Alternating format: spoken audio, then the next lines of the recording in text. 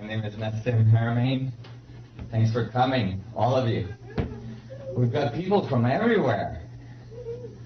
Portland, Ashland, Reno, all the way from Reno. It's great. Thank you all for being here. So, today we have a big day. A lot of information is gonna flow through this room today, and we're gonna go through all the physics from universal size object right down to subatomic particle, going through consciousness, ancient civilization, chemistry, biology, and so on. So we've got a big agenda. It's going to be fun. And it's going to take a little time. So be comfortable. Make sure you are comfortable. Make sure you have enough water to lubricate your brain. Lubrication, and make sure that if you have to that you eat enough and all this, so your blood sugar doesn't drop too far. Sometimes I see people, that I see smoke starting to come out of the ears. Then I know there's like damage being done. So we'll try to avoid that today. Oh, okay. Maybe we can turn that down on the board. Which one is that? That one there? Low.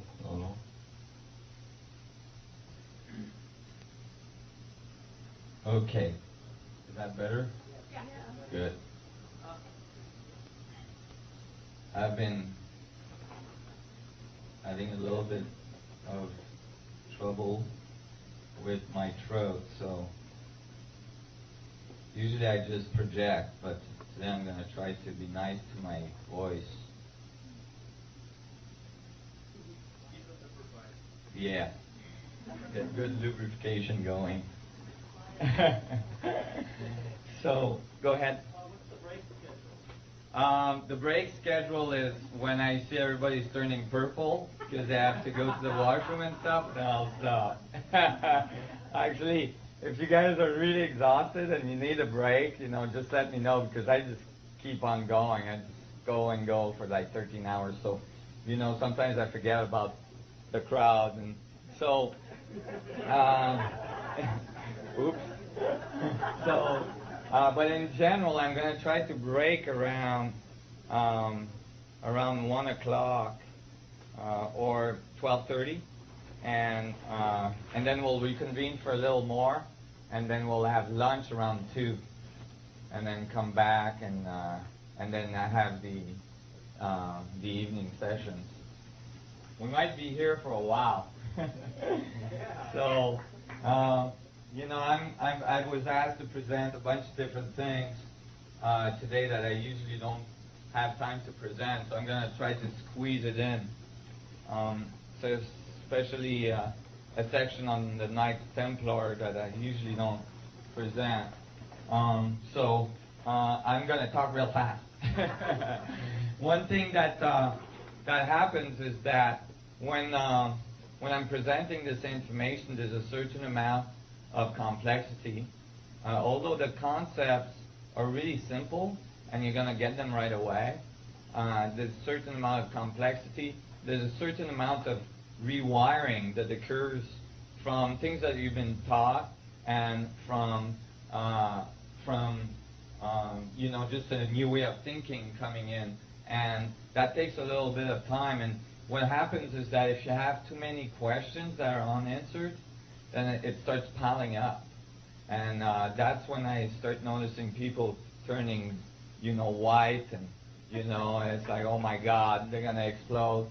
And so because it makes like a dam of all the things that are not figured out. So I'm going to allow you to interrupt me and ask questions, but it's gonna have to be like really, really crucial for you to interrupt me and ask questions.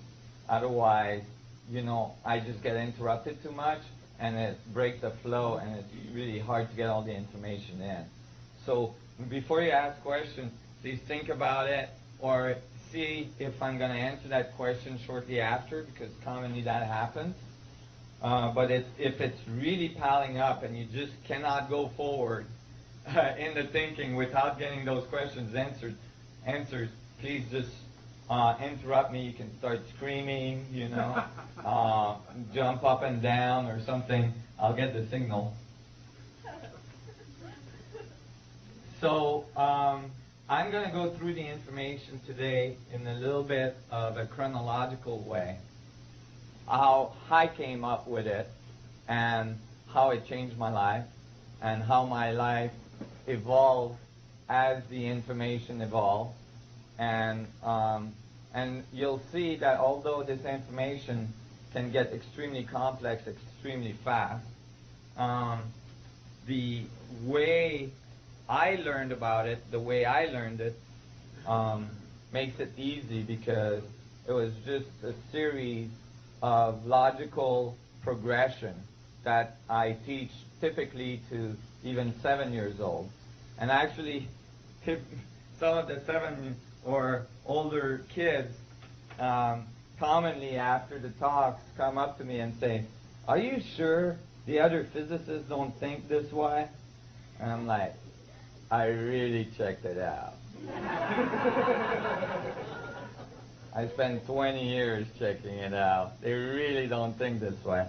And it boggles their mind because it's kind of obvious and it's kind of instinctive. It's not kind of instinctive, it's instinctive. And it's a funny thing that like commonly now, they think of these thoughts as counter-instinctive. But I think they're quite instinctive. And they got counter-instinctive as a result of confusion. In the early ages, when we learned some of the foundations of our reality at school. So that's really what happened. At the age of 7, I had a bunch of esoteric experiences. And we're not going to get into that, but I had an intuition, and I definitely had experiences that told me that there was something else than the reality we observe. That like the reality we observe is just like a little bitty part of what's going on. Just like if you'd like the electromagnetic spectrum has a section that we see, and then there's a whole bunch we don't see. And the part that we don't see has huge impact on the physics of the part that we see. And I felt that very early, until they discovered, for instance, X-ray and infrared and long wavelengths and so on. They thought that all there was the visible spectrum. And, it became clear later on that there wasn't, that there was much more. And I think that it's becoming clear now in current physics that there is a whole bunch of stuff going on that we're not aware of that is actually generating the part that we are aware of. So when I was 7, I noticed this. I had experience that made me notice this. So when I got to the age of 10 and I got into my first geometry class, and the teacher went to the blackboard and said, "Today we're going to learn about dimensions," I thought, that's it. Oh my God, finally somebody's going to explain to me what's this other world about, these other dimensions that I felt were present. And I got really excited. I was like, oh my God, finally an adult that's going to talk about something real, and something that makes sense to me. So the teacher started the lesson and I got really, really disappointed. He didn't tell me anything about the dimensions that I was experiencing earlier on in my life. But he actually gave me one of the major keys to the evolution of this theory and to its conclusion and into its proof that is now being peer-reviewed in many universities around the U.S. and from scientists that are looking at it from NASA and so on. So it's really exciting. And that, at the age of 10, made a huge difference. What the teacher did is he went to the blackboard, and we'll call this our blackboard today, and he made a dot. And he said, the dot is dimension 0, and it doesn't exist. And I went, okay, I can see it, but it doesn't exist. And, you know, I was near the door in the back of the room. I was always closest to the door because I was having so much problems at school. And, you know, I'm like, okay, whatever, you know, if you got a dot that doesn't exist, I can go with that for now. And then he said, this is a series of dots that he placed together and made a line and said this is dimension 1 and it doesn't exist either. It still doesn't have volume. And, you know, that seems consistent to me. Then he placed a bunch of lines that are made out of dots together, made a plane, called it 2D, and said this is the dimension that you live, that your comic strips lives in. It still doesn't exist. It still doesn't have volume. Well, until then, although, you know, it was kind of a bizarre approach, it was consistent. But then he did something that seemed like a miracle. He grabbed 6 of these planes and put them together on the blackboard, made a cube, and said, this is dimension 3, 3D, that one you exist in. And I was in the back of the room, and I'm like, oh my God, how can that be? And I could tell that all the other kids in the room were like, huh? You know, but nobody was saying anything. I wasn't about to put my hand up because I knew the next thing that was going to happen is the door was going to get open and I was going to get kicked out again. So I didn't want to do that. So I didn't say anything, but it didn't make sense because it's like that was a mystery cube. Because if you have a dot that doesn't exist, that makes a line that doesn't exist, that makes a plane that doesn't exist.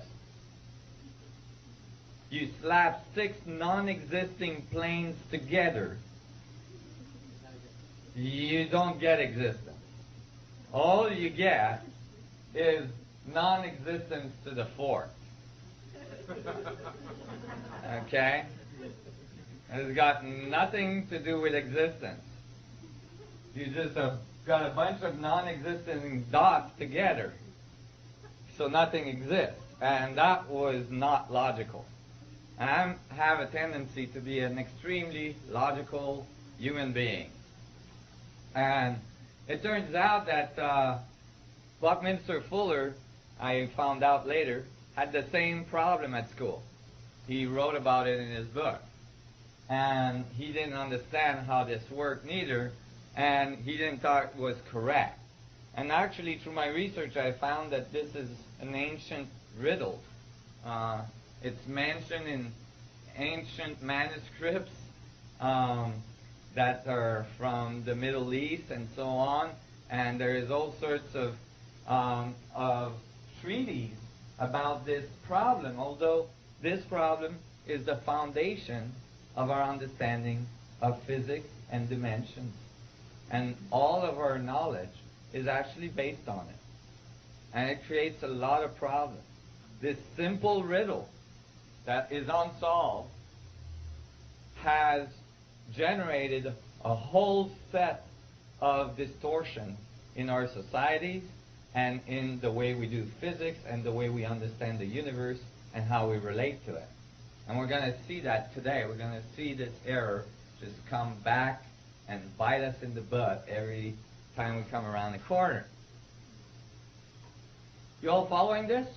Yeah. Well, okay. Well, I was going home from my school that night, and, I had an hour and a half bus ride back home. And that's because I kept on getting kicked out of the schools closest to my home. So I had to go further and further, and some physicist once told me, actually, I was furthering my education that way. And I thought that was true because I had all this time to think when I was in the bus. So I was thinking and thinking, and I was going in this bus, and I'm like, I'm not living another day without solving this. I had no idea that nobody had been able to solve this or anything like that. Nobody told me it was not solvable. Nobody told me I shouldn't be working on this when I was 10. So I was in my bus going, I cannot survive another day on this planet without knowing what the heck a dimension is. And what is this dimension I'm in? And what are these other dimensions I'm experiencing, or these other energies I'm experiencing, and so on. So I'm thinking and I'm thinking and I'm thinking, and I've got a goal in my head that I'm going to solve this before I get off the bus. So the bus is getting crowdier, and, it's like more and more people in there. And it's getting really kind of tight. I'm like sitting on this little bench, and I'm getting squashed, and I'm getting really uncomfortable.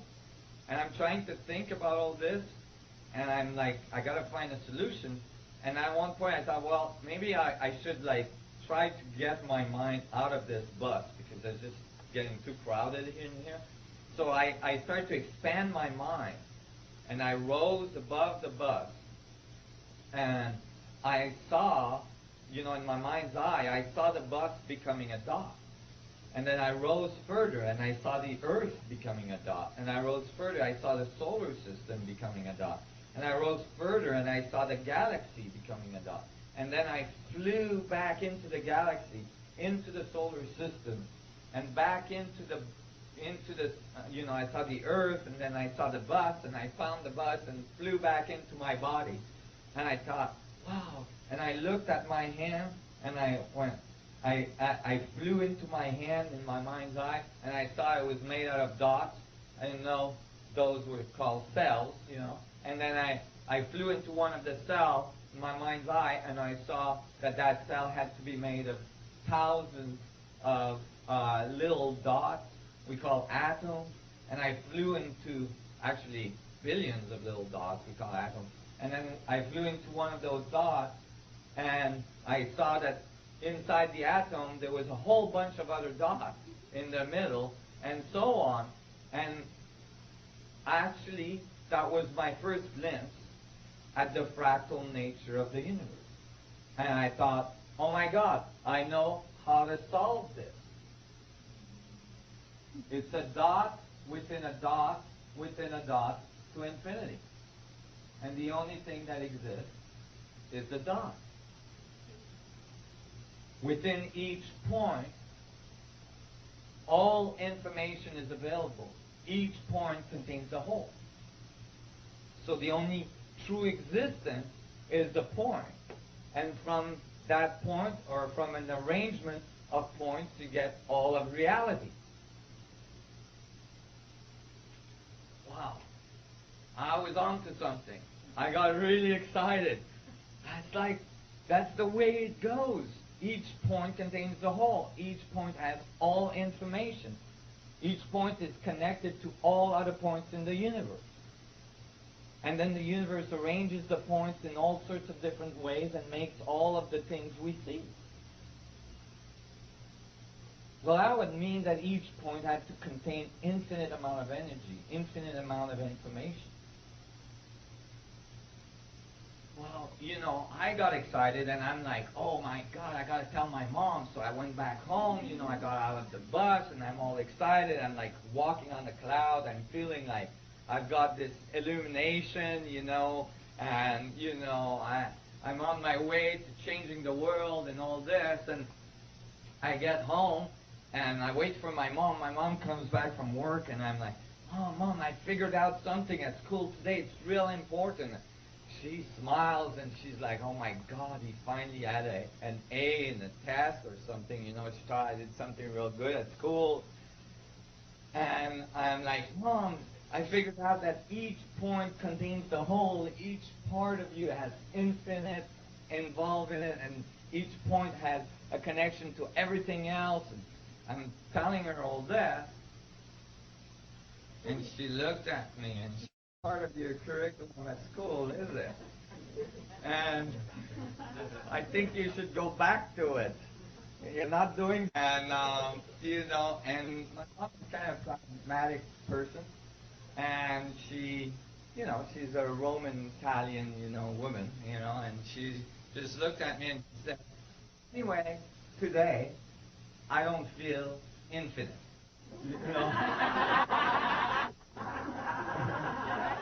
I'm not feeling infinite, so why don't you just go back to your curriculum,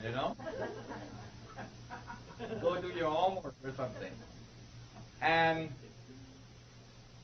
it kind I got disappointed. It crushed me. I was like, "Oh my God, she's right.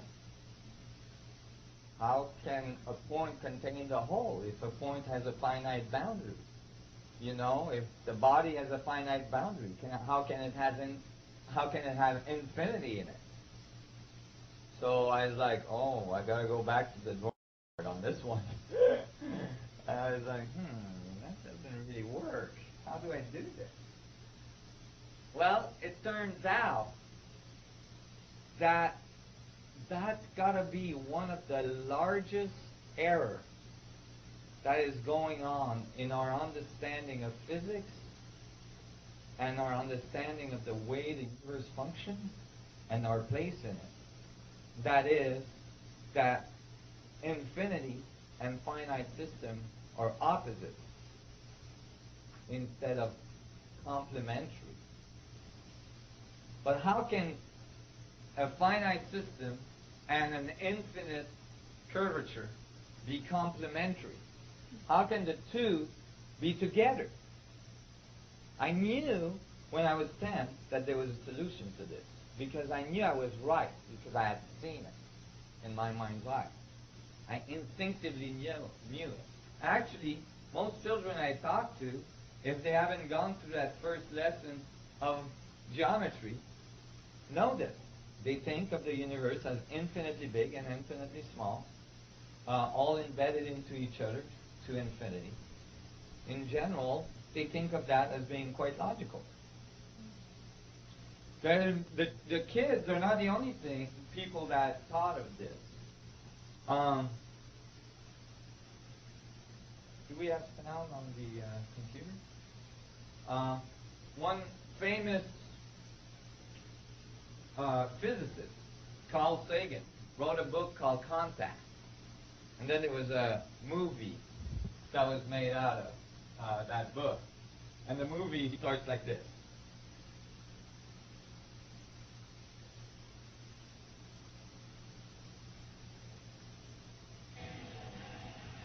Thank you.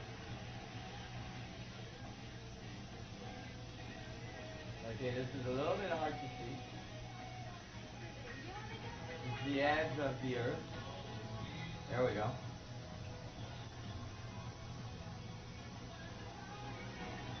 And so we're moving away from the Earth in space. And as we move out, we catch up with all the radio waves that were sent into space by the Earth.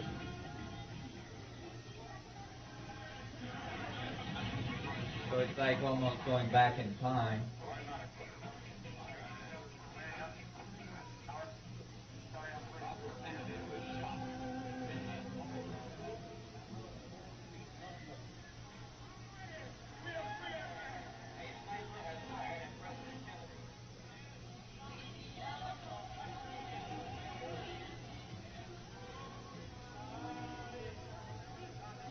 goes Saturn.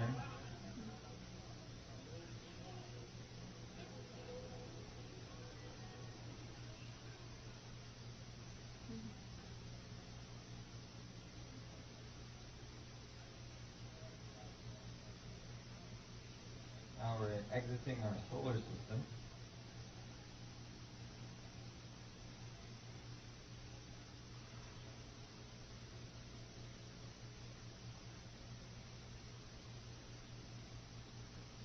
And shortly we'll be exiting the arm of the galaxy we're in.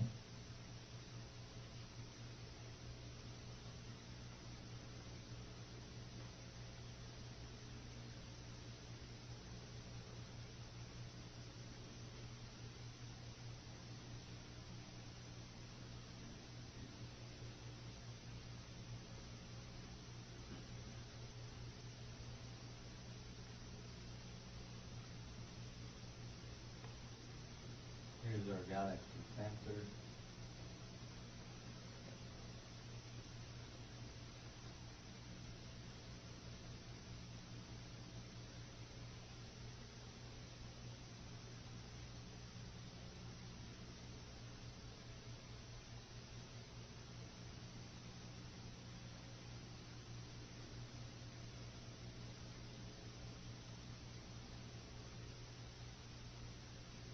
And now we're moving faster and faster away from our galactic supercluster.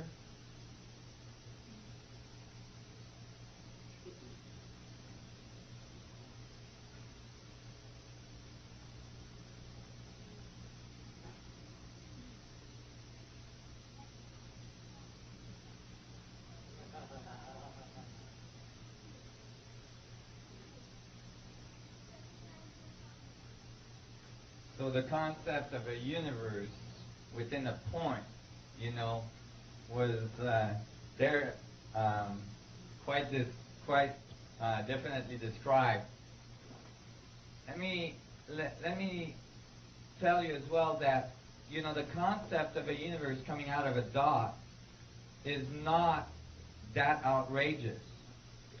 The current theory of the Big Bang says that we all came out of a dot the size of a Planck's link, 10 to the minus 33 billions of times smaller than an atom, and all of our universe.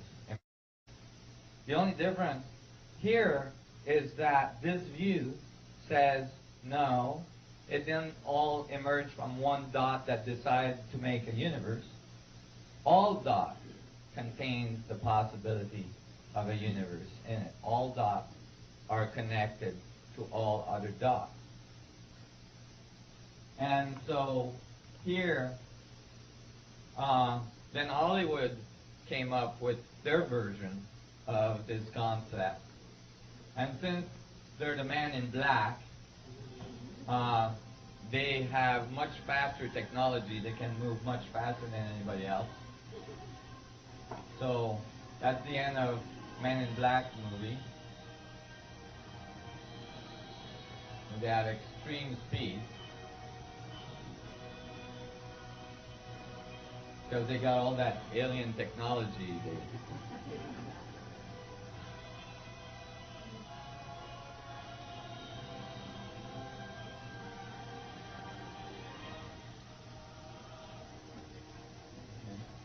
Little marbles we are.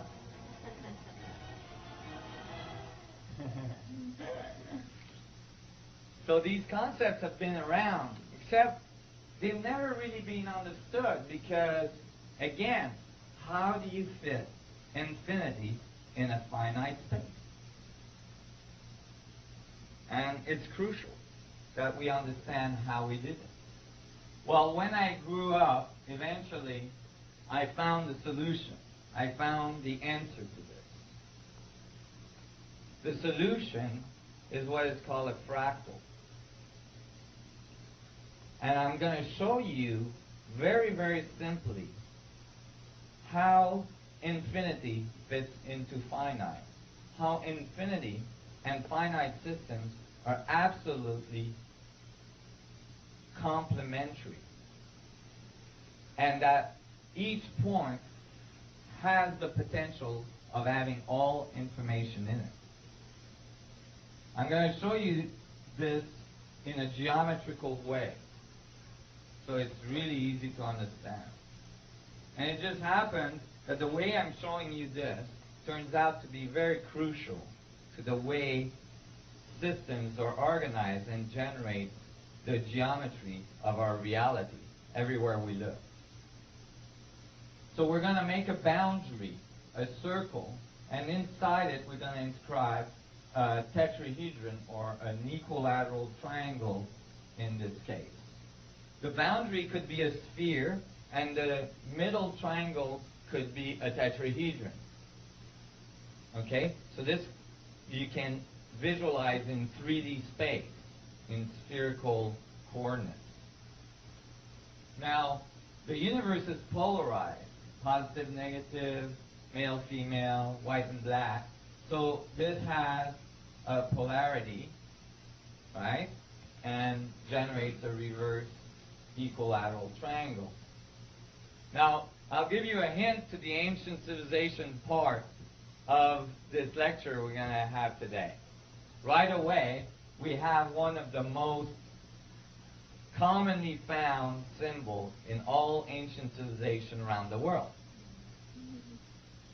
A circle with a double triangular polarity inside it, commonly referred as the Star of David, or the Shield of Solomon, the Star of Zion. It's found on the on many walls around the world of ancient civilization. Now, if you keep adding triangles, you get smaller stars of David. And then you can keep adding them again, and you get smaller stars again. Now, at each level of the fractal, you're going to generate a boundary. This is an important part to understand. Each level generates a boundary. Again, boundaries at the next level. And now I'm making smaller boundaries. See, I didn't put them all around because I got lazy. And then now I'm making smaller boundaries again. And smaller, and now they're so small you can't see it.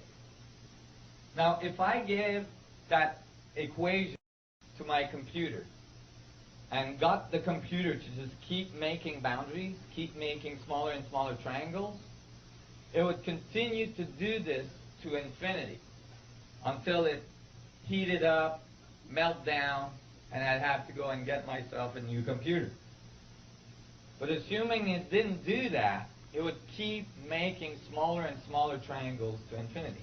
And I could give it a code so that every 5 iteration or 6 iteration, it would zoom in so you could see it again, and then starts making more triangles, and then zoom in, and then so on to infinity.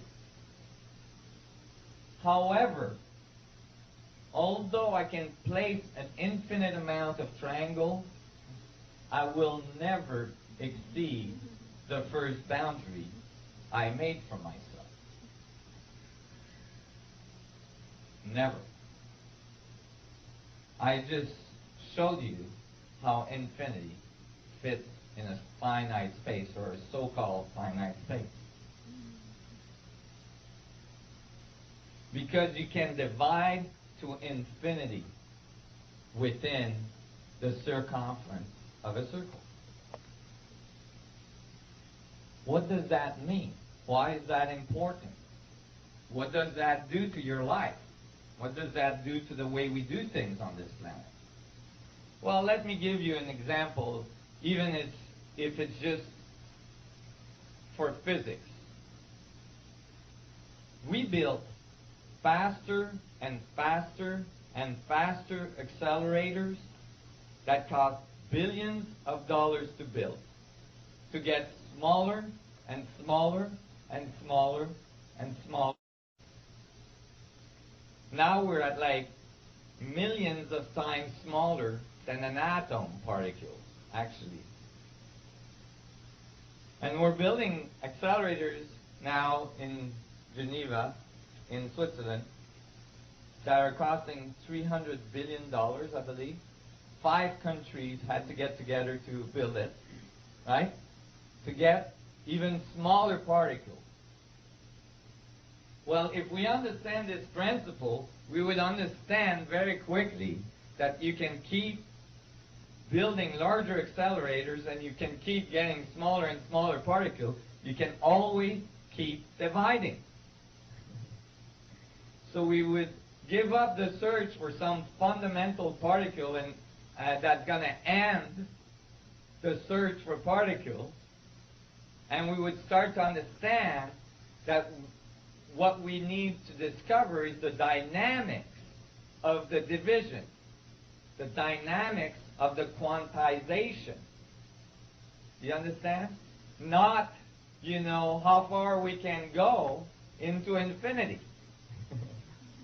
Just so that some physicist can put his name on it and get a Nobel Prize for a new particle. But further, what does it mean to you?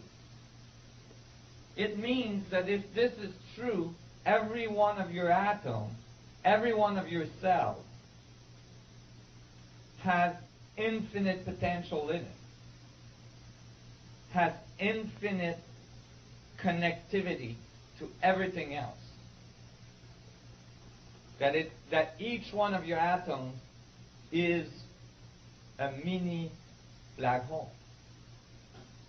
Because if there is infinite amount of particles in it that can be divided, that means it has infinite mass.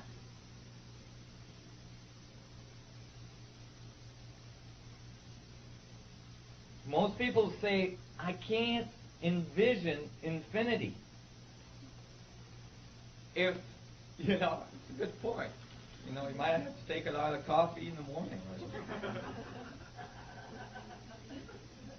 But it's like, I can't visualize infinity. If it's true that I have an infinite nature inside of me, how is it that I can't see it, that I can't visualize it? That's a good point.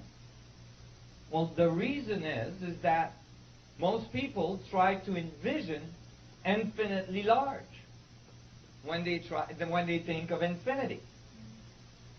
So that is limited by your senses because it's external to you.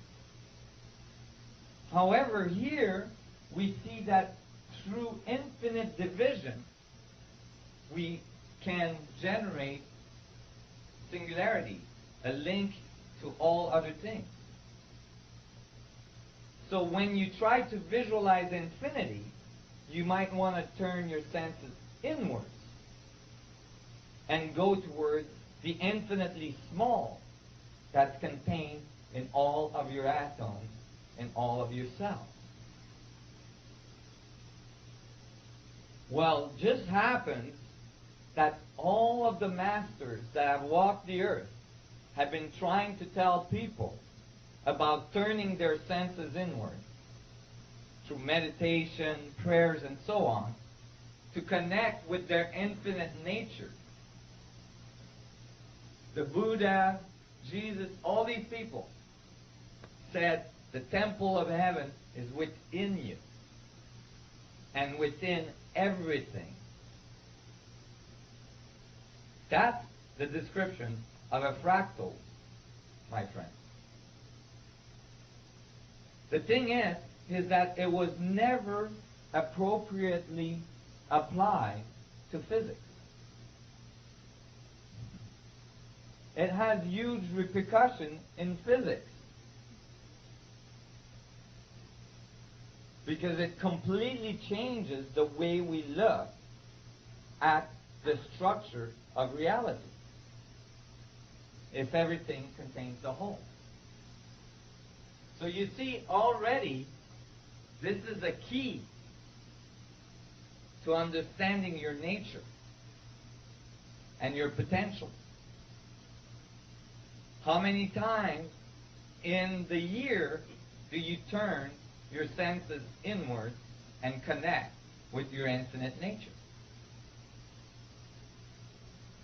And so I was really excited about this because it seemed to say as well that the universe would be expanding and contracting, right? If everything goes towards infinity at the center of all atoms, then the universe is contracting as much as it expands.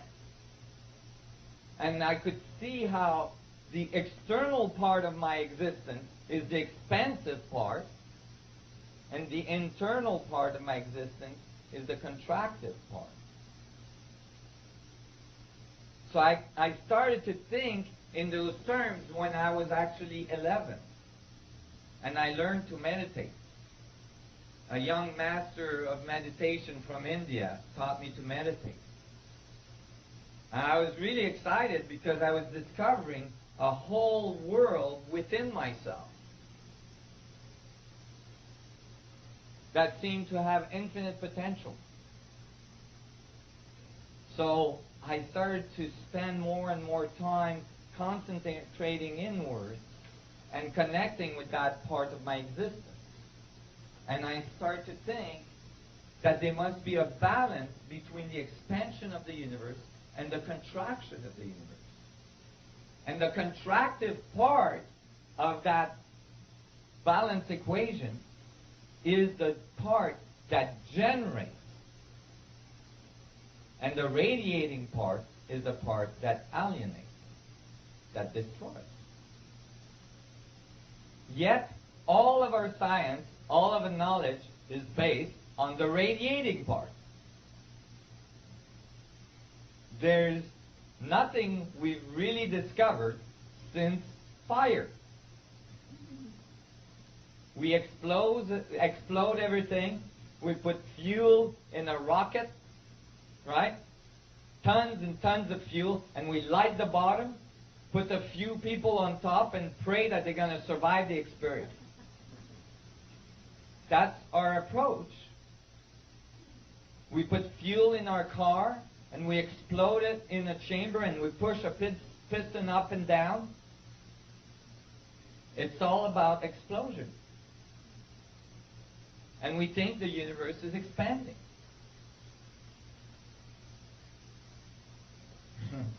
When much later, I was brought to Georgia Tech to have a conference, kind of a debate with other physicists. These are very well-known physicists, highly regarded, older people that had their students there.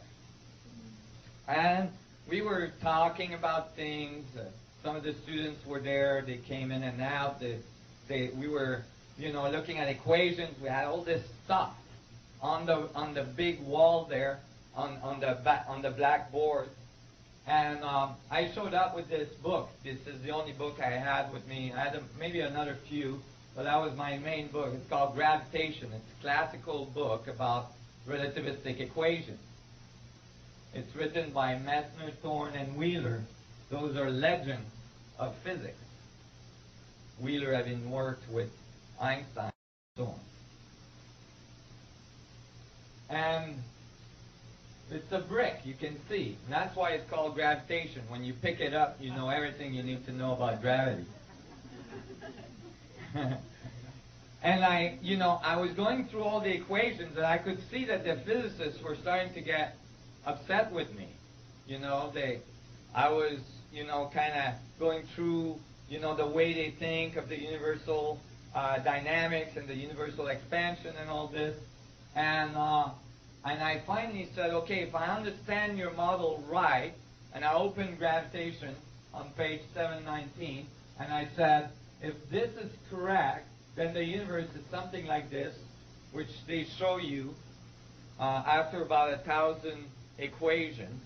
The model for our universe is a balloon with pennies glued to it. So what you do is you take a balloon, you take a bunch of pennies, and a glue gun. And you glue the pennies to the balloon, and the pennies represent galaxies. And then as the balloon inflates, the galaxies move away from each other. generating the universal expansion we observe with the Hubble.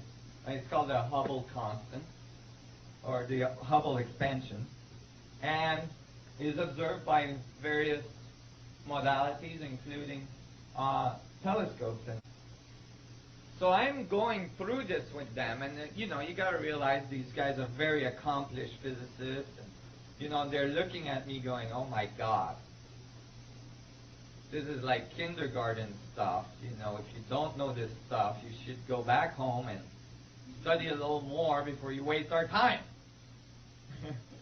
And so I was like, well, what I want to know is where is the equation, because I really looked through all your stuff, and where is the equation for this guy?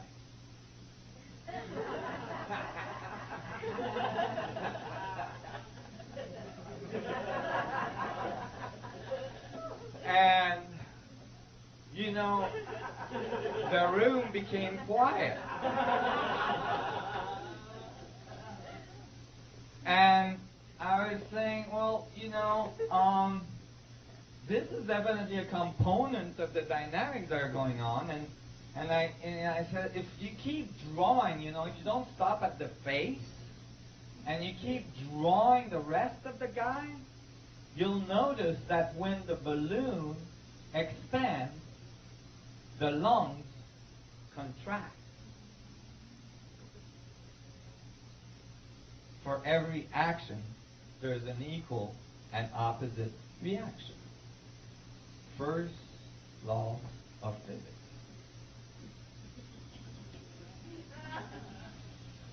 That hurt. Everybody had a blank look on their face, and the room became so quiet you could hear a pin drop. And I could see my dear friend and sponsor across the room going, "Oh, you're doing damage."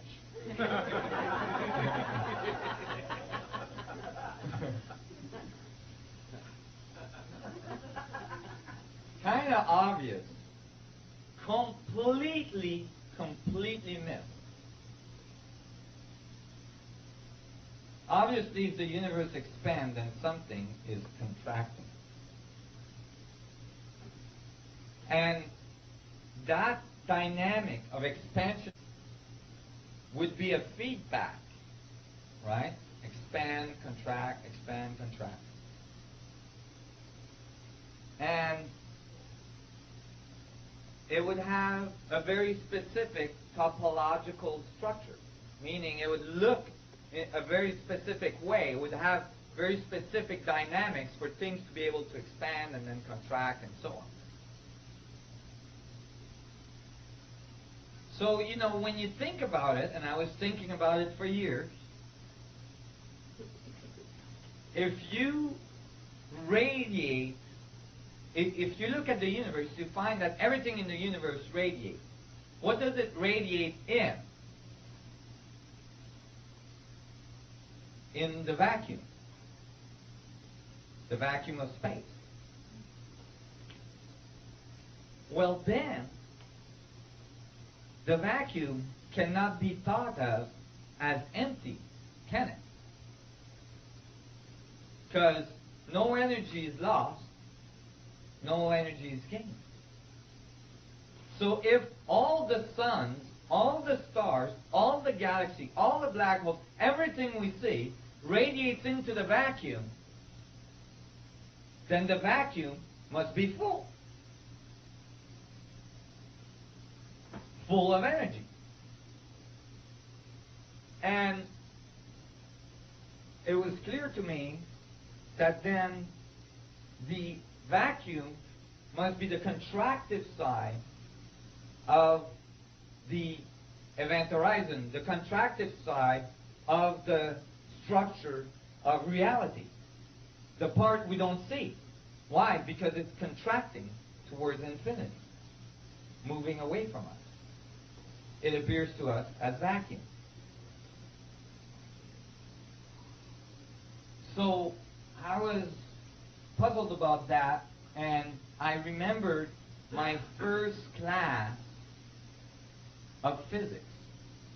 So again, you know, I'm all excited. Now I'm about 16, and I'm going to my first class of physics.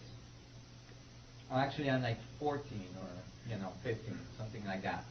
And I'm like, oh my God, today I'm going to go into my first class of physics. I'm going to learn everything there is to know about atoms and reality. So when I sat, the first thing I did is put my hand up,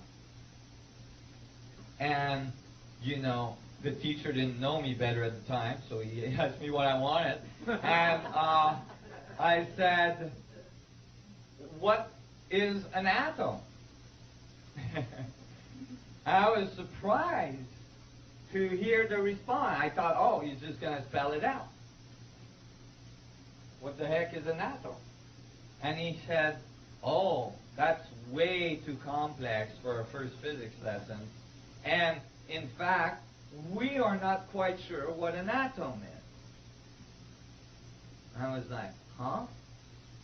You mean that in all of the years of physics that have been going on this planet, you guys still don't know what the heck is an atom? How can you tell what anything else is then? Right?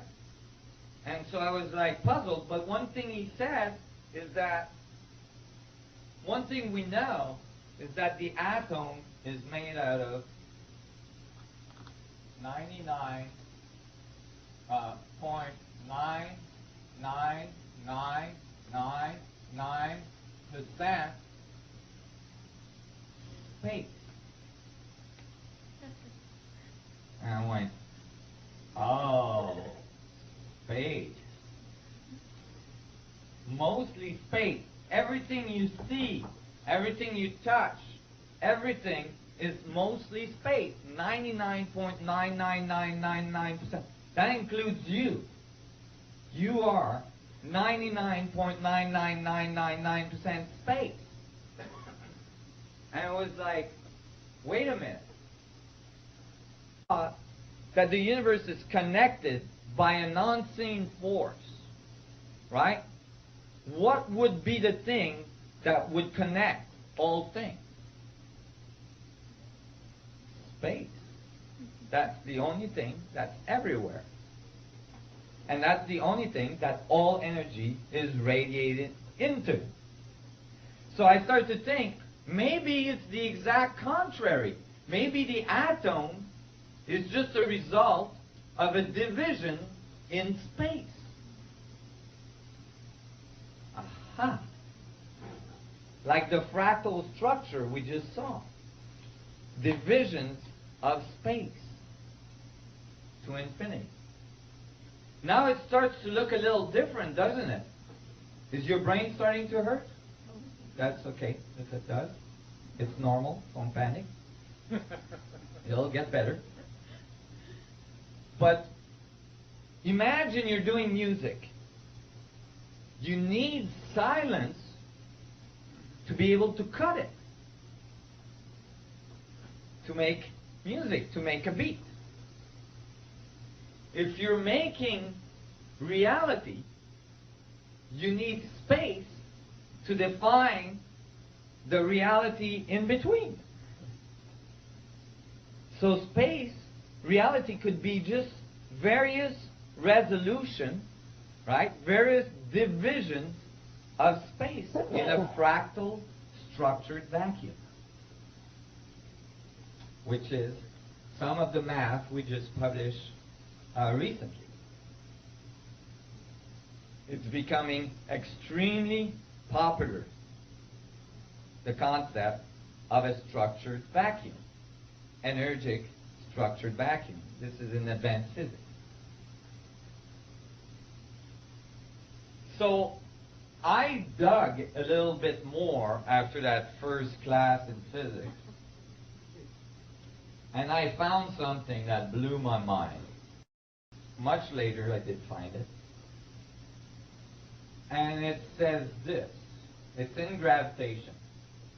Present-day quantum field theory gets rid by a renormalization process of an energy density in the vacuum that would formerly be infinite, if not if not removed, by renormalization.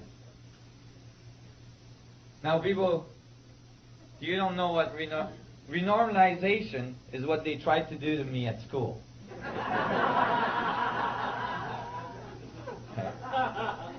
It didn't work so good, can you tell? We'll talk about renormalization in a minute, but here, energy density in the vacuum that would formerly be infinite. That means that current day physics for subatomic particle, quantum physics, has to have a huge amount of energy in the vacuum for all their physics to work. Why do they try to remove it by renormalization? I'll explain that right now. There is two infinities in physics. That sounds like a misnomer, but that's the way it is. One infinity is infinitely small quantities. You know, you mix this quantity with this quantity and you approximate it, and you know, infinitely small. At one point you say, okay, well, it doesn't matter, it's just bits, you know, like infinitely small. It's okay, you can ignore infinitely small. And then there is another infinity. That one has a highly technical term that is found in physics books, and that term is nasty infinity. Yes. It's used in physics commonly. Nasty infinity is not infinitely small, but infinitely big. When you find something that's infinitely big, you can't just say, oh, I'm just going to ignore that. Right? I'm just going to ignore infinite amount of energy. I don't think so. You got to do something with it. And that's why they call it nasty, because it's like, oh my God, what do? We've got infinite amount of energy in the vacuum. You know, nobody's going to believe us. So, there's a thing in physics is that if you find nasty infinity, you got to somehow get rid of it. And if you don't, then your theory is no good. It's discarded. And the way they came up with a way to get rid of it is that they use a renormalization process. Basically, they take the infinitely large number and they cut it. Okay? And then they try to shove it under the carpet somewhere, and they don't talk about it. So, basically, you can graduate with a PhD in physics and never have heard that the vacuum density is infinite at the Planck's distance.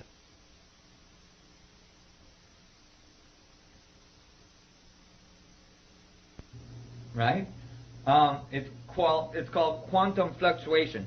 Now it's getting more talked about because of many, many different reasons. But so it's becoming more popular in people. But only a few years ago, if you talk to people about, you know, infinite density in the vacuum, they'd look at you and go, oh my God, what are you talking about? They think you're talking about a vacuum chamber in a laboratory somewhere. So I was, you know, so how did they renormalize this? Well, they took a thing that's called a Planck's distance. And I'm not going to go into much details on how they derived this number. But it has to do with the Schrödinger's equations. And the Planck distance is 1.616 multiplied by 10 to the minus 33. This is a small little dot. And basically they say this little dot is the smallest thing the universe does. Right? We'll make the dot. See? Here's my Planck's length. And they say the universe goes to that small and then stops. It's like, I'm done. I'm out of here. This is way small enough. I ain't doing nothing smaller. Okay. And then what they did is they went and see how many of these Planck's lengths, right, would fit in a centimeter cube of space, to try to renormalize the infinite density of the vacuum, to get a closed number. So they stacked the Planck's length into a centimeter cube of space, basically, and calculated that the density of the Planck's length would have to be 10 to the 94 grams per centimeter cube. 10 with 94 zeros of these Planck's length in a centimeter cube of space. Well, now they had a finite number. But what is that finite number? Let me give you an idea. If you took all the stars we observe in the universe with the largest telescope on Earth, actually off the Earth, the Hubble, and you stuck, and we see 100 billion galaxies. Each galaxy has over 300 billion stars in it. Most of these stars larger than our solar system. Okay? And you took all that stuff with a huge trash compactor and you squashed it into a centimeter cube of space, you still would not have 10 to the 94 grams per centimeter cube of density. You'd still be short. Okay, so you guys got a finite number. It sounds pretty infinite to me. Maybe we should learn to deal with infinities instead of trying to renormalize them. Because, you know, people got Nobel Prizes for this. So 10 to the 94 grams per centimeter cube is actually what's called the vacuum fluctuation density in quantum space. Meaning that the vacuum is not empty. It's extremely dense.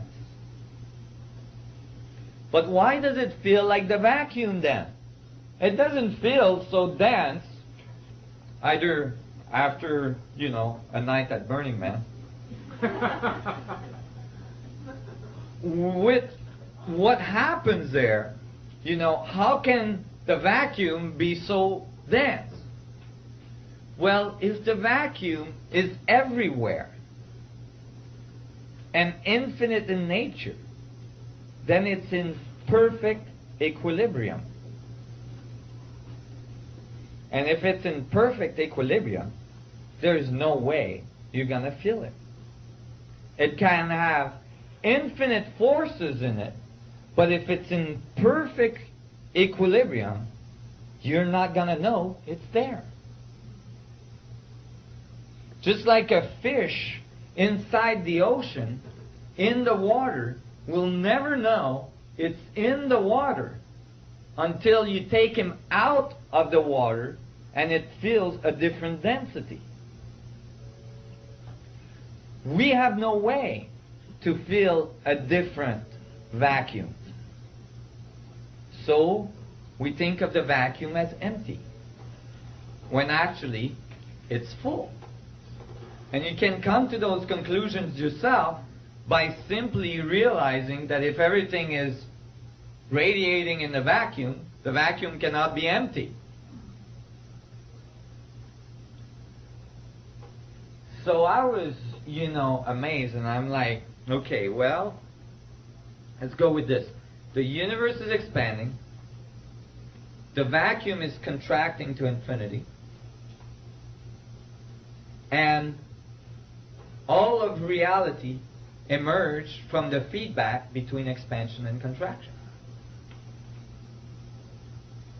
It becomes really clear then that the expansion part would be the electromagnetic radiation part of the universe, and the contractive part would be the curvature of space-time and the vacuum energy going towards singularity at the center of the system. So, yeah, I'm going to elaborate on it. It became really clear, well, basically, that if there is an expansive and a contractive part of the universe, the expansion part is what we see as reality, which is the radiating electromagnetic emission that we see. A star, a planet, an atom, all radiate energy. That's why we see it, right? And the contractive part that we don't see would be the vacuum energy curving, space-time curving into it, generating singularity, generating the gravitational field. So now I had an inkling about the relationship between electromagnetism, radiation, and gravity. Gravity goes into the singularity. Gravity going towards singularity. Space-time curving towards singularity. Now, I later realized that that wasn't that outrageous of a thought. Because when Einstein wrote his field equations, he didn't solve them.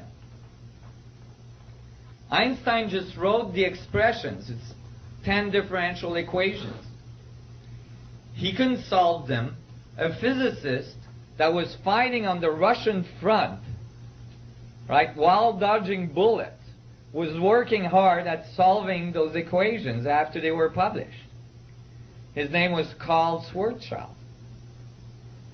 And he generated what's called the Schwarzschild solution. As soon as he solved Einstein's field equation, he sent a paper to Einstein with the results.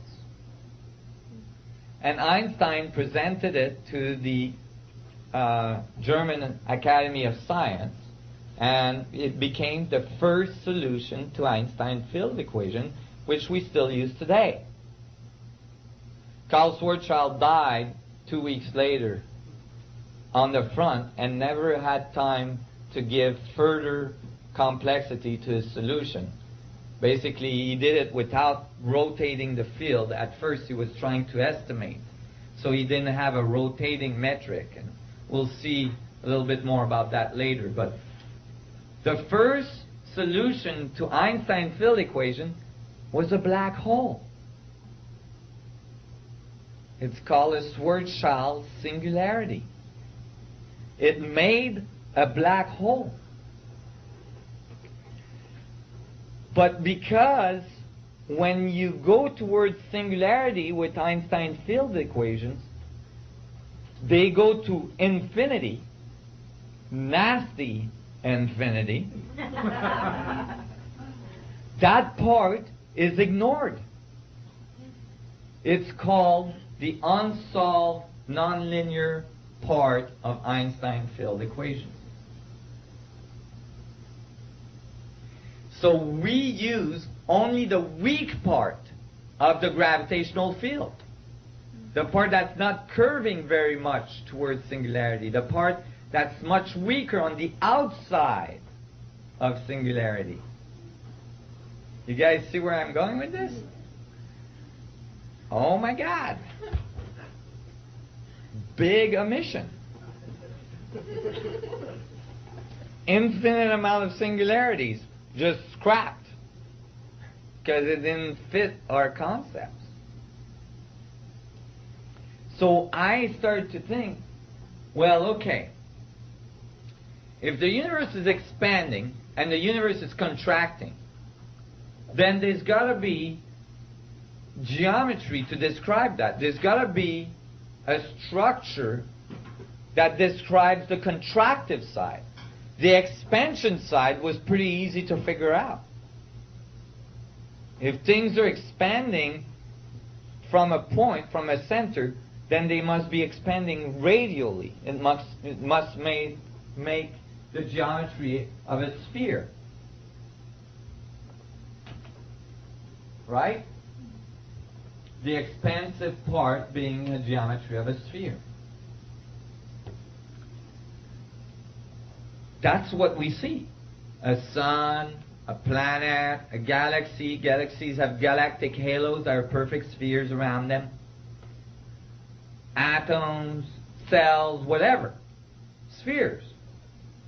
So we see the sphere part because that's the expansion part. But what I wanted to know about was the contractive structure of the vacuum. Why did I want to know about that? Because if I understood the structure of the contractive part of the vacuum, then I understood the geometry of the foundation of creation. Do you guys follow me there?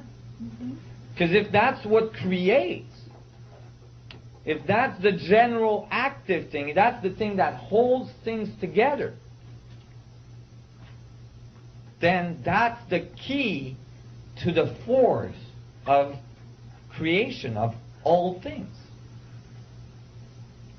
If you have a sphere or a ball on the end of a rope and you spin the rope, you're going to feel a force outside pulling away from your hand, right?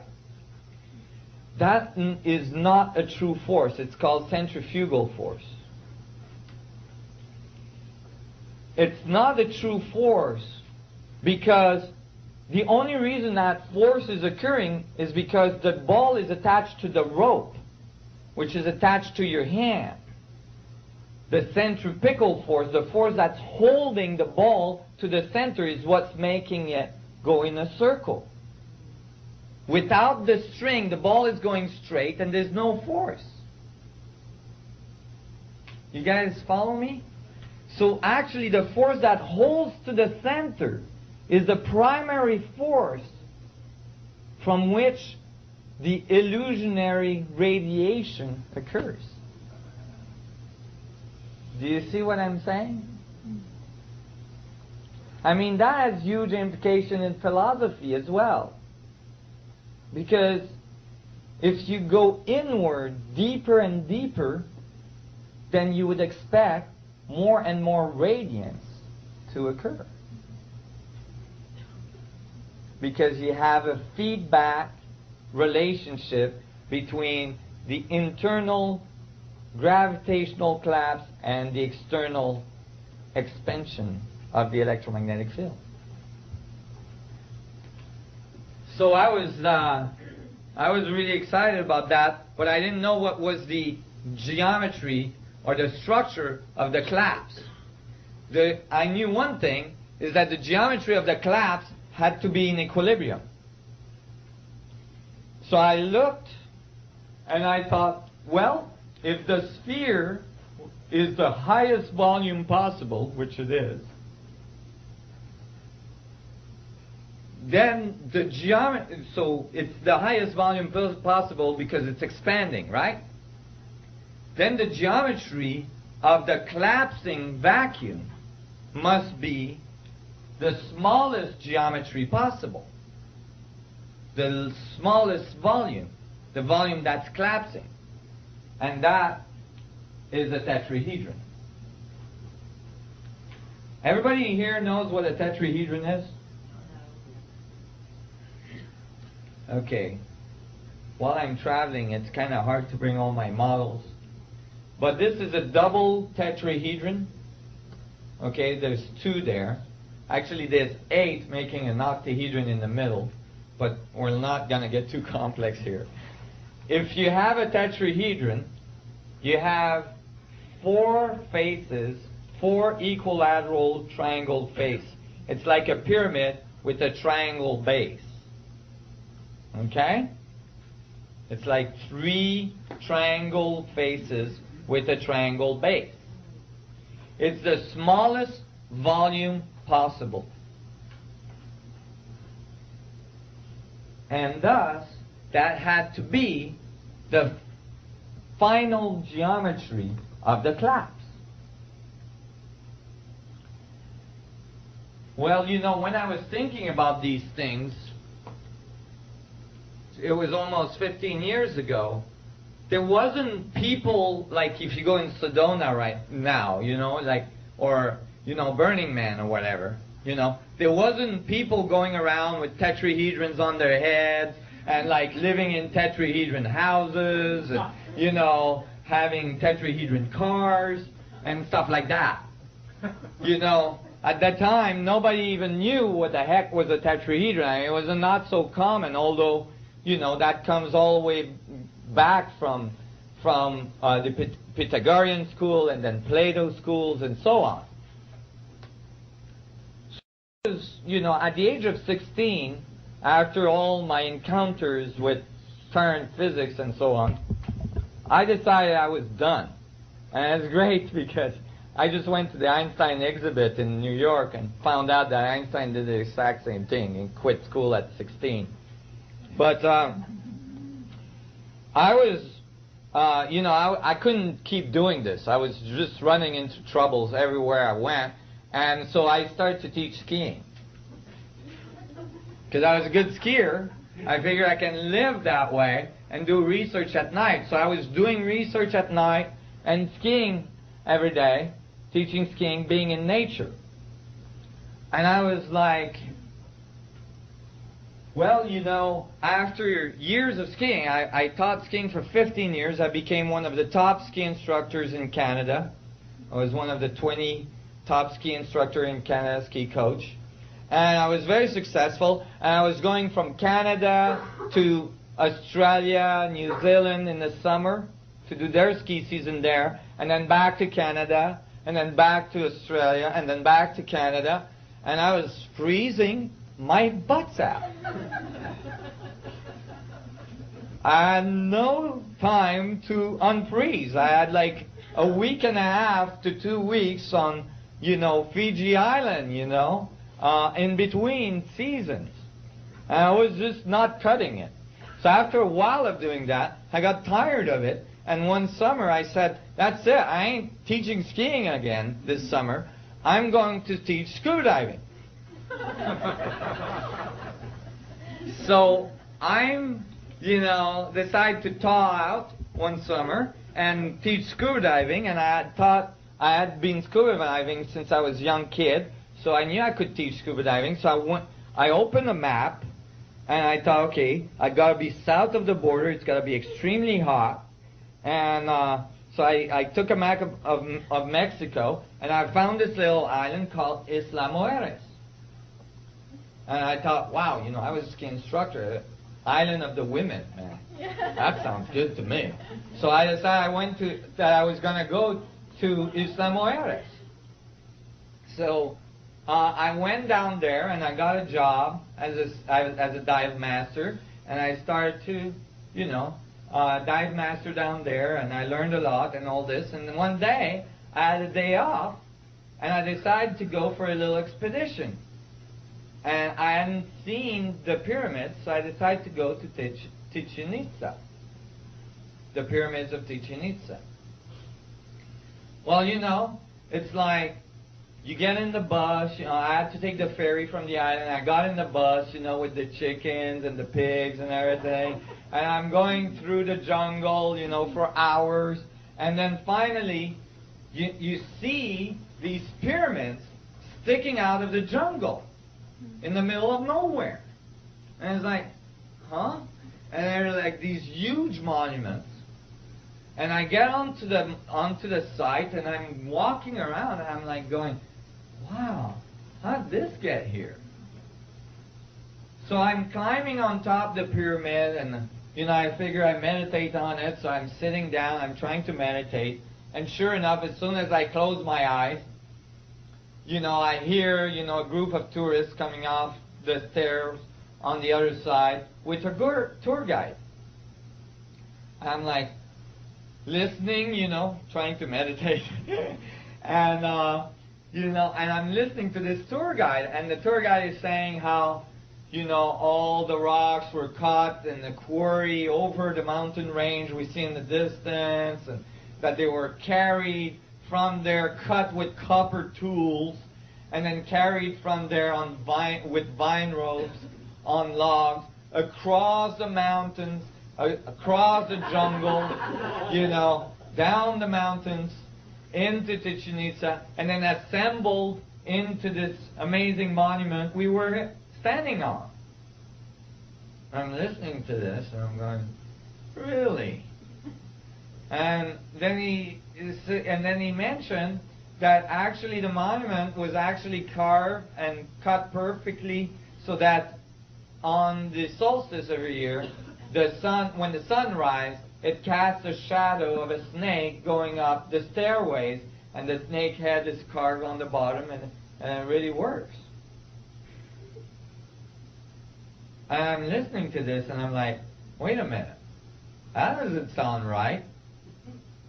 These people, like thousands of years ago, were going around with huge stones across jungle, across mountain range, right?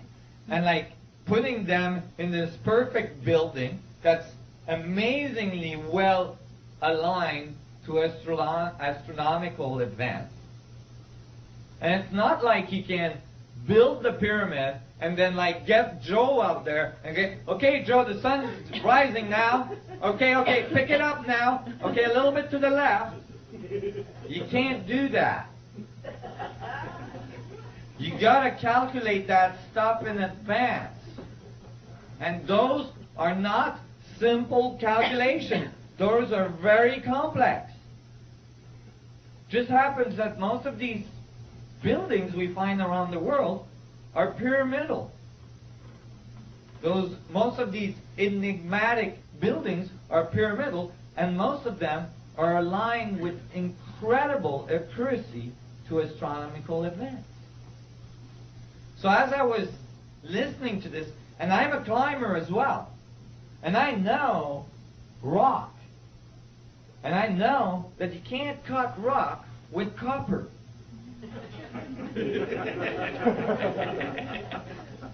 And I find out later on that archaeologists say, oh well, they had a way to temper the copper so it became hard. And I was like, okay, can anybody else do that? No. You mean that with all the millions of dollars that are invested in research and metallurgy, nobody is able to harden copper, but the ancient people thousands of years ago could do it?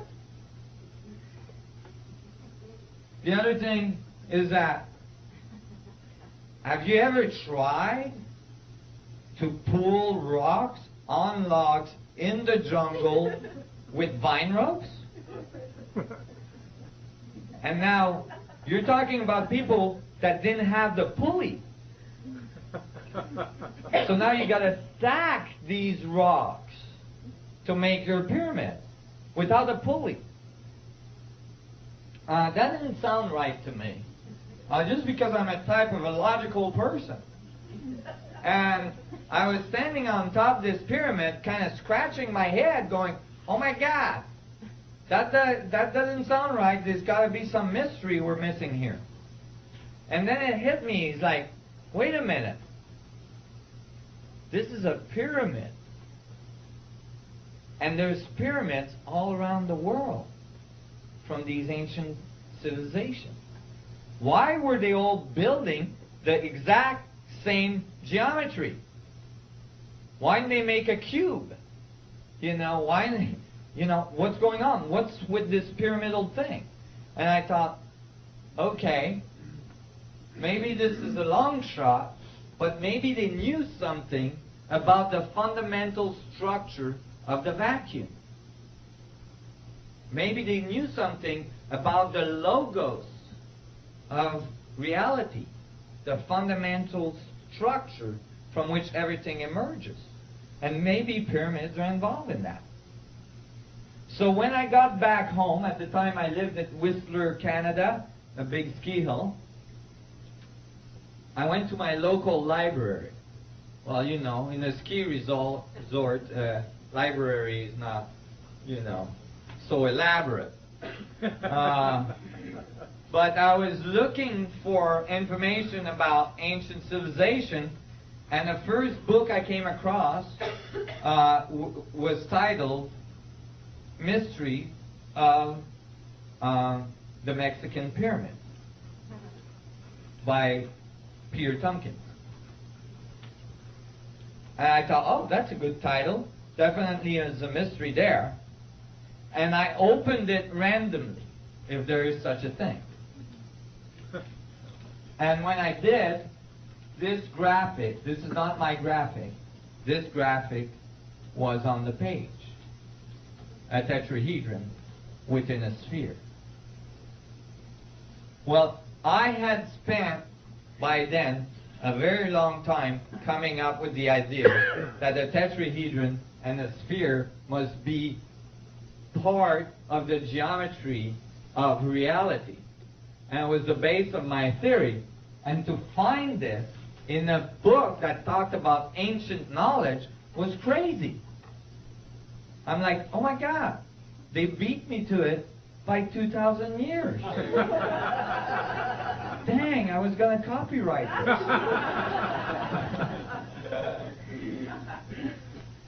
And I was like, oh, what's that doing there? And, you know, there was a whole elaboration about the relationship of a tetrahedron to a sphere, showing that a tetrahedron has a very interesting relationship to the sphere, where it intersects the sphere at exactly 2/3 down, 1/3 up, if one point is on the south, or if one point is on the north, then 2/3 up and 1/3 down. And it intersects the sphere at exactly 19.471222064 latitude, which is exactly where I live, actually. I live on the big island of Hawaii, and that is on one of those points. And I was puzzled. How did that get in there? Did somebody listen to my thoughts? But I realized that this graphic was the result of a paper that had been published by an American engineer that had been hired to survey the huge city, ancient city of Teotihuacan, near Mexico City. This is where there's the moon pyramid and the sun pyramid and the way of the dead and all this stuff. His name was Hugh Holliston Jr., and the paper was published by the American Health Society after 20 years of him putting, surveying all of the buildings there. Well, when Hugh Holliston Jr. started to survey the buildings at that ancient city, he found something very bizarre. He found that all the buildings there seems to, like the large buildings, the temples and such, seems to be in the exact appropriate place to describe all the orbits of our solar system, with the sun pyramid, the moon pyramid, and everything. He found all the orbits, including Pluto and Neptune. Now, Pluto and Neptune, Neptune, I think it was late 1800s. Pluto was discovered by us early 1900s, 1920-something, by the observatory in Arizona there, in Flagstaff, Arizona. So, how come these people, thousands of years ago, had these orbitals? Not only did they know these planets were there, but it had the appropriate placement to generate their orbits. Those are extremely difficult things to figure out, especially if you can't see it. And so that blew his mind. And he started to continue to investigate, and he found that there was some incredible mathematical recurrence in all of the measurements that he was taking. And that recurrence, these mathematics that kept on creeping up, were always the same. And he figured out that they were pointing out to the mathematics of a sphere and a tetrahedron embedded in it. And that's why he put that graphic in his paper, saying that if these people were trying to communicate something to us, they were trying to tell us about a sphere and a tetrahedron. He didn't notice, though, that even that city, right beside Mexico City, that ancient city, is exactly at 19.47 latitude on the Earth as well. So not only does it have the mathematics of a tetrahedron in a sphere in all of its layouts, but as well it is placed on the Earth exactly where a tetrahedron would intersect a sphere. What's the third point? Well, this is a grand circle, all around the Earth. So depending on where you put this point, these other points will move, right? But if you put this point at the big island of Hawaii, then Mexico City is somewhere in the middle here, in between these 2 points. This one is near the coast of Africa, I believe, and then this one is India, the Daikini temples in India. And so I was amazed that this engineer had come up with this. And I was confirming, that imagine that there is a fundamental structure to the vacuum, that there is a fundamental structure to reality. You would expect that throughout the ages, we would have come up with it, because it would be inherent in us. It would be oozing out of us. So I thought, maybe they came up with this then. But I knew there was something wrong, because a tetrahedron on its own is not in equilibrium. And I knew the vacuum geometry had to be in perfect equilibrium. So I had to find something else. Well, at the end of his essay, Hugh Holliston Jr. mentioned a very important thing: the isotropic vector metric from Buckminster Fuller. He said that the mathematical constant that he got from his surveying of that ancient city pointed out to the square root of 9/8, which is the mathematical constant for an isotropic vector metric generated by Buckminster Fuller. Bucky thought that this metric was the fundamental mathematical blueprint of the universe. Well, Bucky was quite eccentric. However, many of the things that Bucky came up with were later confirmed. So he's getting more and more acceptance of his work, although he's not around to appreciate it anymore. But the blueprint of the universe, he thought, was the isotropic vector metric. What is this thing? It's 10 tetrahedron on the bottom. This is called a 4-frequency isotropic vector metric. So 10 tetrahedrons on the bottom, 3 in the middle, 6 in the middle, 3 on top, and then 1, making a huge tetrahedron on its own. Can everybody see this?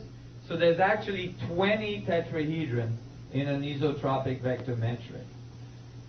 And if you take only one face of the isotropic vector metric, right, just a plane of it, then you have 4 faces on the bottom, 3 faces on the second level, 2 faces on the third level, and 1 face on top.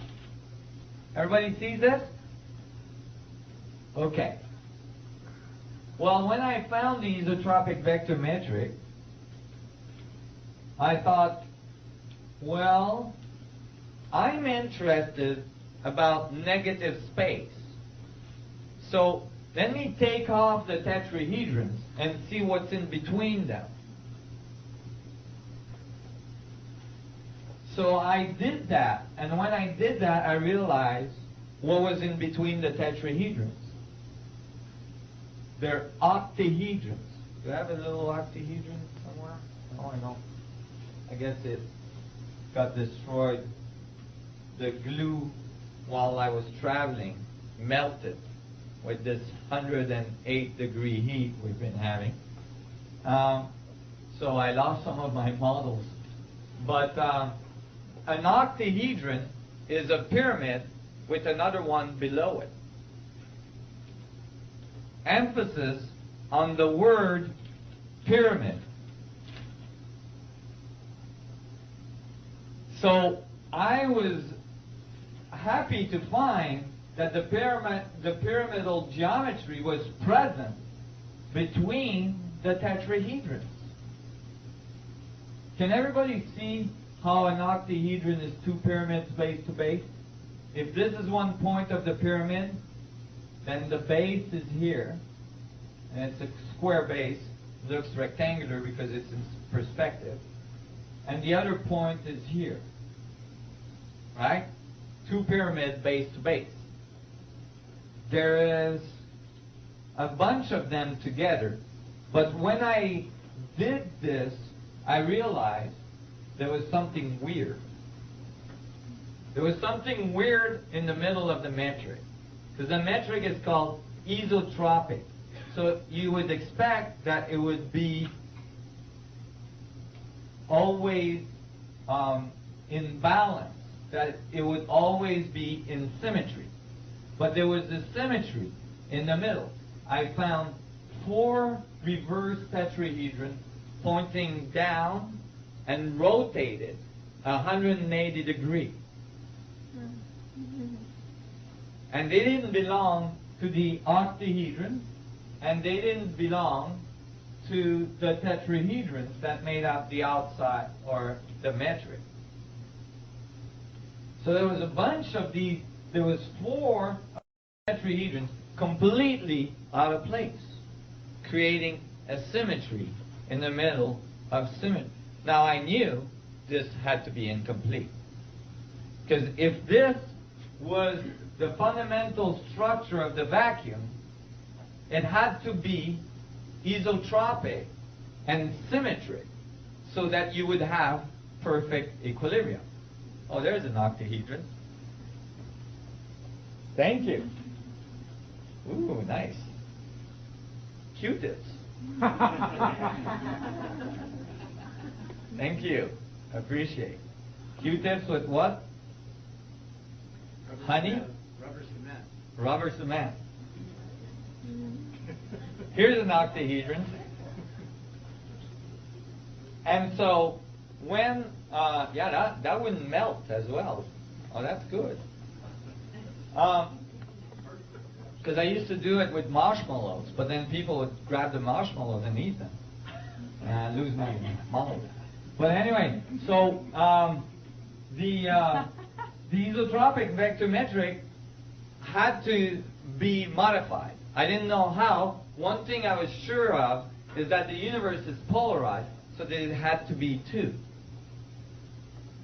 Okay? Now, if you have a polarized universe, and you have 2 isotropic vector metrics, and they're mirroring each other, you have a problem. Because the two mirroring each other, base to base, don't make a sphere. Remember, fundamental axiom, the universe is generating spheres, right?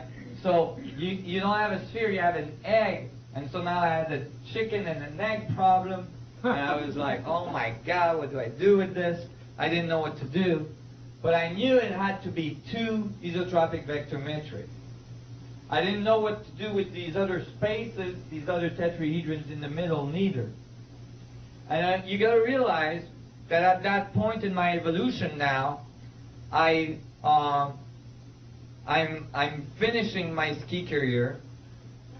I got a bunch of universal 2x4s behind the head, forcing me out, telling me you got to do this full time. You ain't gonna do this while teaching skiing. And this point, I'm still doing all this without a computer.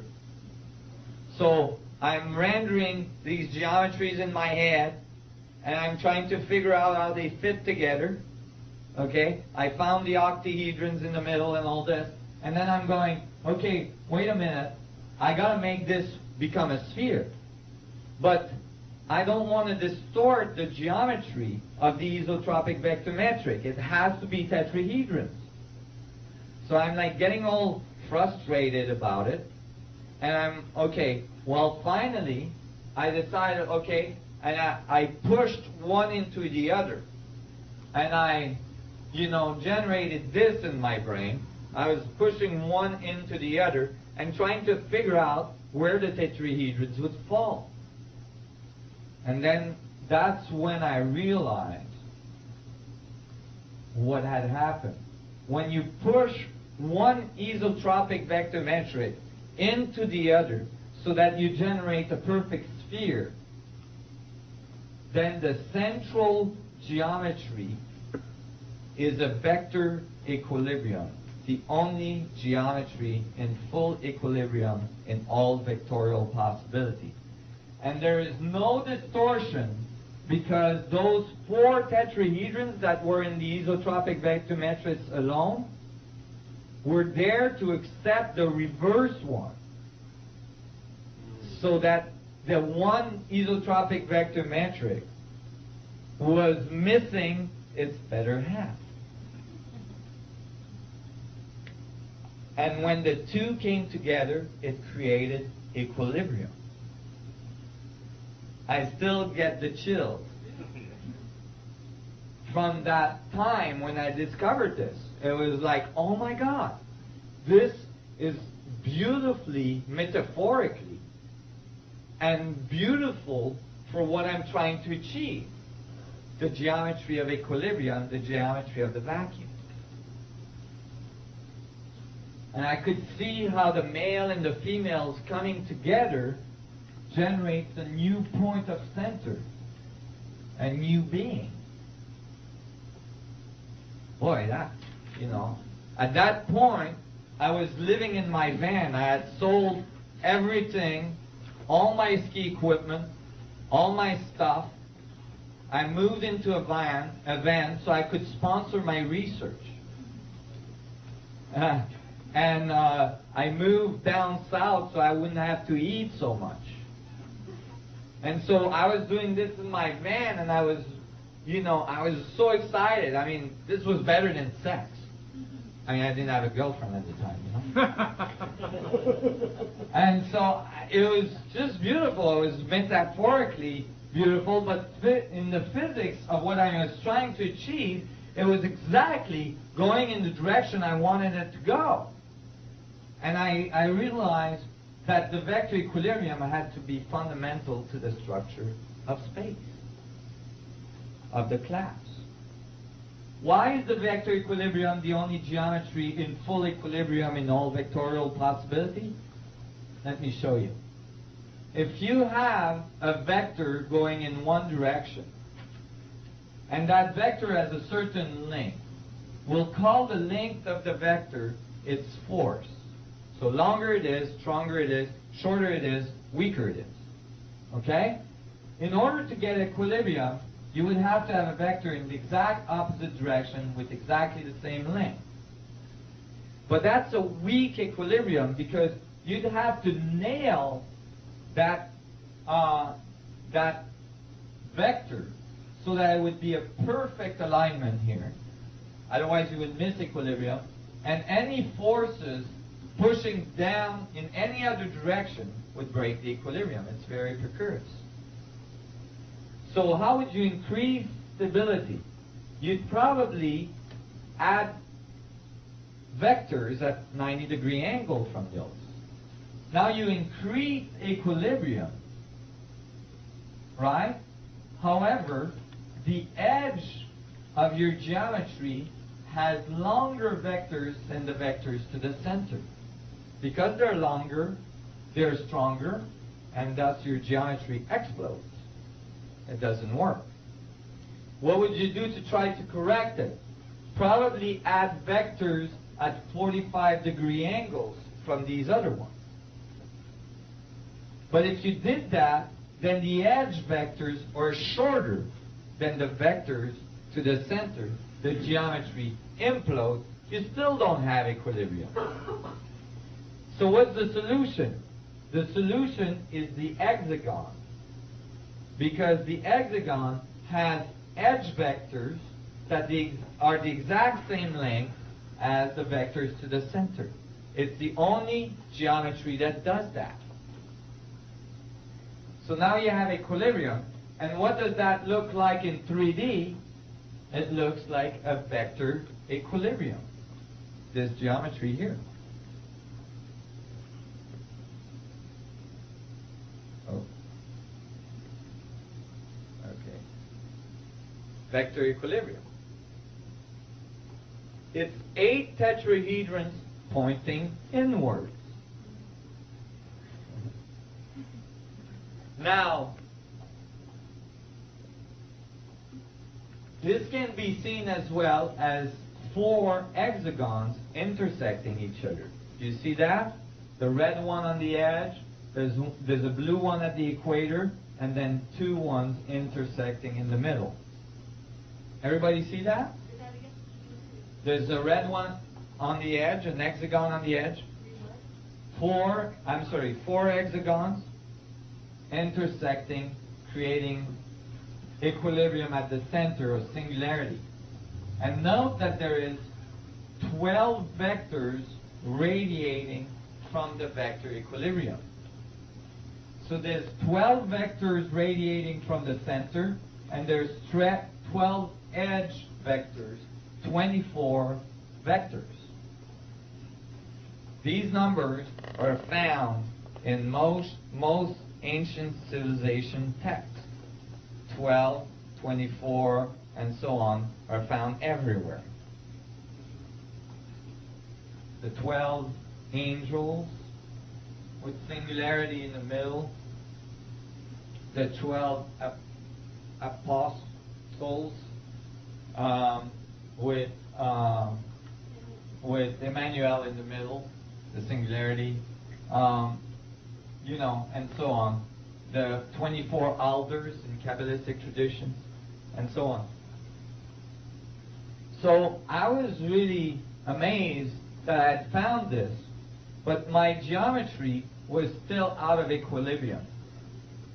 Meaning, on this geometry of the 2 isotropic vector matrix, the vector equilibrium in the middle had all of its octahedrons filled.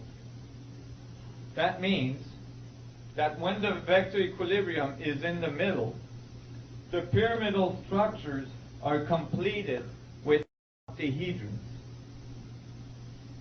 But the edge octahedrons were incomplete. So I still had a symmetry. So I went back to the drawing board, back in my van, trying to, I've got this in my brain, and I'm noticing that some of the faces of the octahedrons are not covered. So it's asymmetric. So I decided I have to keep adding tetrahedrons till I gain symmetry. So I kept on adding tetrahedrons, and to cover all of the faces, I had to add 24 tetrahedrons to the ones that were already there. So this is one isotropic vector metric is 20. The other one is 20. That's 40 plus 24. 40 plus 24 was 64 tetrahedron metric. The 64 tetrahedron metric is a match to many, many things. I'm going to give you a hint. There is 64 codons that generate the 20 amino acids of your DNA structure. Okay? Now, when I found the 64 tetrahedron grid, then I realized that that was the quanta in which symmetry was present everywhere, and equilibrium was truly generated at the center. But what got me really excited is that I realized what I had built. What I had built was a fractal structure, just like the 2D fractal structure I showed you at the beginning, but this one in full 3D spherical coordinates. The only true fractal 3D spherical coordinate that you will find. Can everybody see the vector equilibrium on the inside and then the vector equilibrium on the outside? This continues to grow to infinity. And I could see that the inside vector equilibrium, its radius is exactly half the radius of the one on the outside. So the geometry grows in fractals, but not only does it grow in fractals, the fractals are perfect octaves. You see? And so I got really excited. It's like, oh my God, here it is. The structure of the vacuum. Equilibrium to infinity. Infinitely big to infinitely small. And then I noticed further that how this was constructed is constructed this way. Let me see if I can let go of some of the stuff. Actually, I'm going to leave that. I realized what I had built. I had built the metrics based on 8 star tetrahedrons, each having 8 tetrahedron in it. Okay? All coming together towards the center to generate the star, the 64 tetrahedron grid. But when it did, the 8 stars coming together, okay, here you're only going to see 6, plus the 1 in front, and then there's 1 in the back you won't see. So the 8 stars coming together generate the vector equilibrium in the middle. Why is this significant? 8 star tetrahedron is made out of 8 tetrahedron pointing outward, radiation, coming together to generate the vector equilibrium, which is 8 tetrahedron coming towards the center, generating contraction. So now, not only did I have found the geometry of equilibrium, but I had found the only fractal 3D metric, and it generated expansion and contraction. Exactly all the axioms I had placed for myself when I started this investigation of the geometry of space.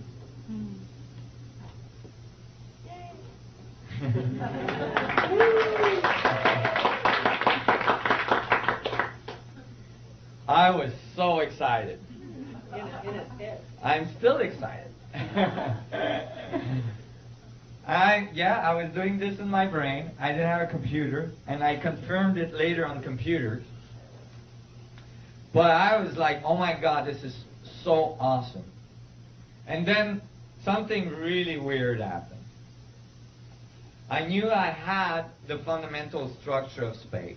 I knew, I was definitely seeing. Now realize, you guys, if we truly have the fundamental structure of creation, then technology that's based on this information is going to tap directly into an infinite potential of energy, infinite potential of gravity, infinite potential of rejuvenation, regeneration, and so on. You're talking serious change in our way of doing technology. So I was really excited. And then a bunch of people in England called croppies. Those are people that measure and photograph crop circles. Okay? Now, I know you guys, crop circles, There's scientific papers that were just published in peer-reviewed journals about crop circles, because many of them are not being able to be explained by people going in the fields at night and stomping around, Doug and Dave drinking moonshine and freaking everybody out. Some of them are not easily explained, and actually papers have just been published in peer-reviewed journals saying that this might be a new source of energy. But the croppies that I'm talking about decided in 1997 that if somebody is trying to talk to us through the crop circles, maybe we should talk back. So they went in the crop circles and they wrote in big letters by stomping around with their boots, what do we need to know? Good question. And the next crop circle that occurred was the largest crop circle to date at that time. And it's this one.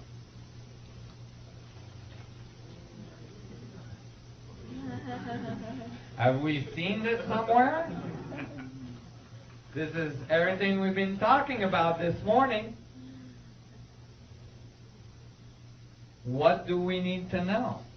Well, that's really nice. They give us this. They even made it in a way that's not reproducible by Doug and Dave drinking moonshine. Because all the hay is woven in a way that it makes effects of light and shadow that gives the vertices, the edges of 3D tetrahedrons.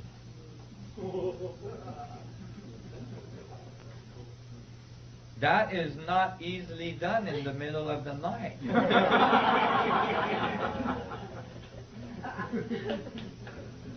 And so, and it was enormous. It was the largest to date. It was much larger than anything previous to that. And it was interestingly situated near ancient, sacred site. And then a few weeks later, the next crop circle, a few weeks later, was another iteration of the same thing. So they were insisting on the pattern. What do we need to know? You guys get it? Look at tetrahedral fractal geometry. Right? How do you fit infinity in a finite space? Note that on these fractal curves, although there's not a boundary around the whole thing, the boundary is implied because the circles are all there of the smaller boundaries of the fractal. You guys follow this? So I was like, oh my God. Well, when I found this, I was living at my friend Gabrielle Cousin, in Arizona, and he found me jumping on his couch, pulling my hair out. I got a picture of that part in the middle, and I realized what it was. It's the exact same geometry, but this one going inwards towards infinitely small. So I was, oh my God, this is actually telling us everything we need to know about the structure of reality, the structure, the physics of creation. And that's according to my theory. I was mind blown. But then on top of it, they made it so nice that you could actually overlay the 14 octahedron cavities that are generated by the 64 tetrahedron grid right on top of it, and you get a very nice match.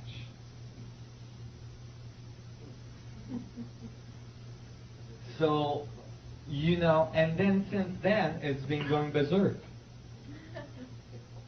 There's been 64 tetrahedron crop circles occurring. Look at the precision. Again, right beside an ancient site. Stone site with an enormous stone that was placed on top of another. And sure enough, when you overlay the 64 tetrahedron grid, you get a perfect match. This is not trivial. Okay? When you continue to explore the crop circles, this one is really interesting. It was thought to be, by one of the famous psychics, the most important crop circle ever to occur. And because it's really simple, everybody went, huh? There's other crop circle much more interesting. But in fact, if you look carefully, that crop circle is a 2D representation of a 3D vector equilibrium. And in this crop circle, it gives you singularity in the middle, and it tells you that each tetrahedron generates the sphere, the radiative side of the equation.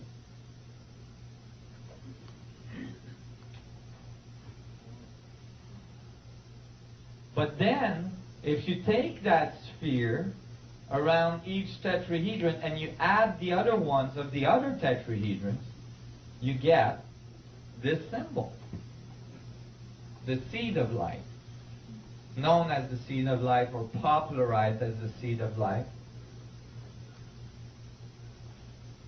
That is a symbol that is found in many, many ancient civilization walls as well. And then they give you a crop circle to tell you you've decoded it right. And they insist. Here is your intersecting spheres. Note torque, rotation. Do you realize that current Einstein field equation does not accommodate for torque?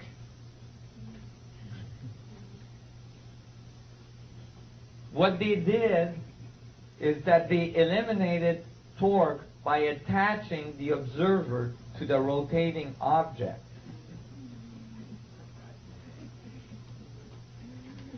So that they wouldn't have to deal with Coriolis effect and torque. Well, if you do that, there's a good chance you're going to end up with 98% the mass of the universe missing, which is exactly what occurs in current cosmology. But instead of revising their approach to energy and torque and so on, they invented a new kind of matter. They call it dark matter.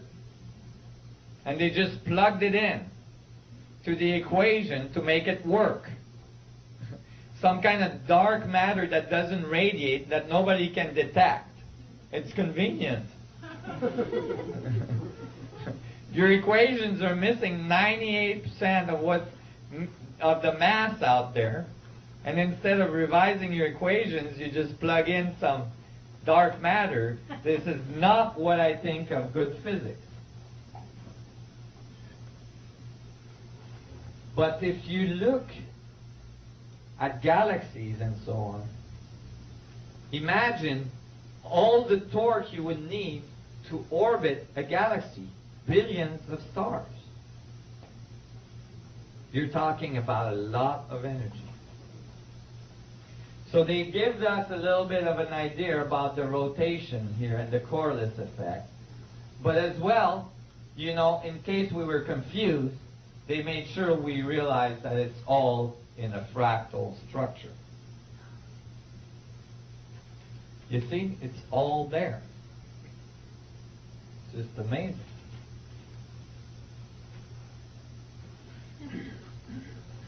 Okay, this is a part of the presentation. Are you guys all doing okay? I'm just going to finish this section, and then we'll go. How are we doing? 12:30. Actually, do you guys want to take a little break and go to the washroom and all this? We'll do 10 minutes, or actually, let's do 5 minutes. Be back here at 12:35, okay? And we'll reconvene and we'll do another section and then do lunch. This next section is really exciting. It's a lot of fun. Okay. Have a good break. Thank you.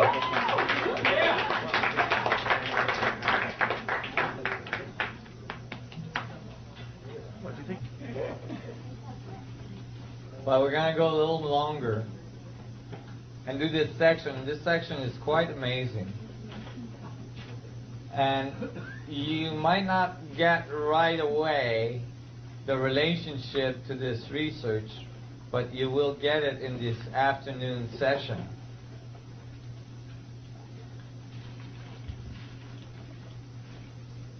So we were talking about crop circles. And, you know, all these, you know, esoteric crop circles that are occurring, and if you don't have a base in what we've discussed earlier, it doesn't necessarily make sense. It's like, oh wow, you know, a bunch of really cool geometries in the field, you see?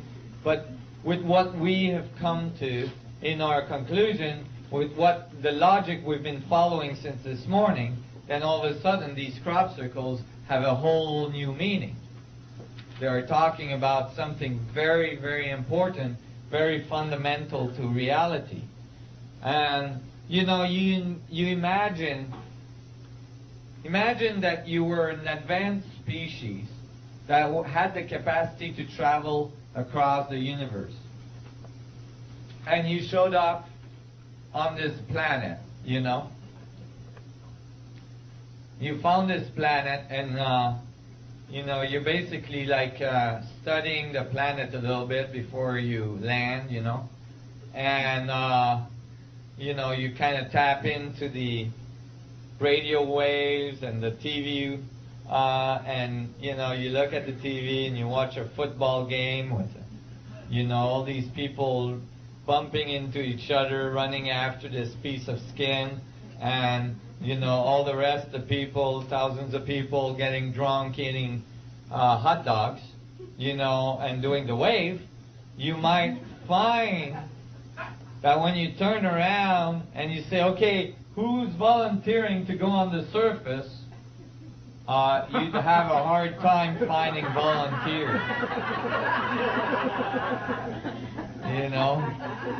You might find, and I don't have anything against football, but, you know, with all the people shooting at each other, you'd probably say, well, you know, it's not a good idea to land on this planet right away. We got to wait till these people have a little bit more understanding of the way the universe functions and how it works together, and how the universe actually works in collaboration with all points, not in destructive with all points. And so, you know, there's lots to be said about that. The concept that the universe always goes towards further disorder is violated by simple observation. The laws of entropy are violated by simple observation, and I'm gonna go through that a little bit more this afternoon. So remind me, but you know, we don't have time to go through that right now. But basically, there's evidence, including your own existence. If you take your DNA and you put it end to end, well, you'll find, first of all, that in one cell there is 6 feet of DNA. This is from the Genome Project. And if you took the 6 feet of DNA that's in one cell and then put all the other 6 feet of all the other cells in your human body right now, you could wrap your DNA 5 million times around the world. That's how much DNA there is in you right now for you to exist. That is not a sign of disorder.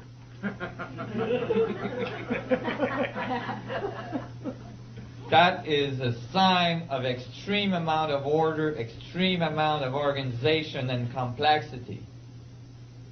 So maybe, you know, if you were one of those species that found one of these planets that hasn't figured out the organization and the complexity and the support that the universe generates in order for you to be there, you'd probably try to give them a bunch of drawings in their crops and stuff, try to educate those people before you try landing on the White House lawn. Right? Because you probably won't find no volunteers to go and get shot. Right? So, but did they only talk to us about the geometry of the vacuum, the geometry of reality? No, they didn't. They actually talked to us directly in binary code. We have been contacted.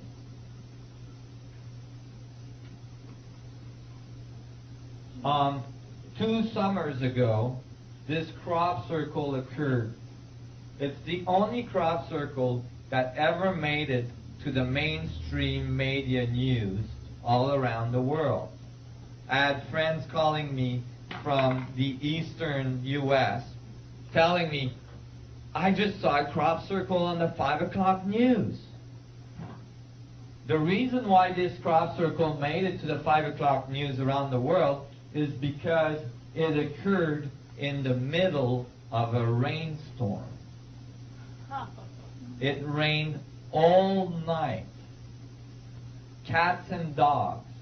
And in the morning, this crop circle was there in this field. The largest crop circle ever to occur. 409 circles. It's enormous. And basically, it told the world crop circles are not just hoax. There is crop circles that are not hoaxes.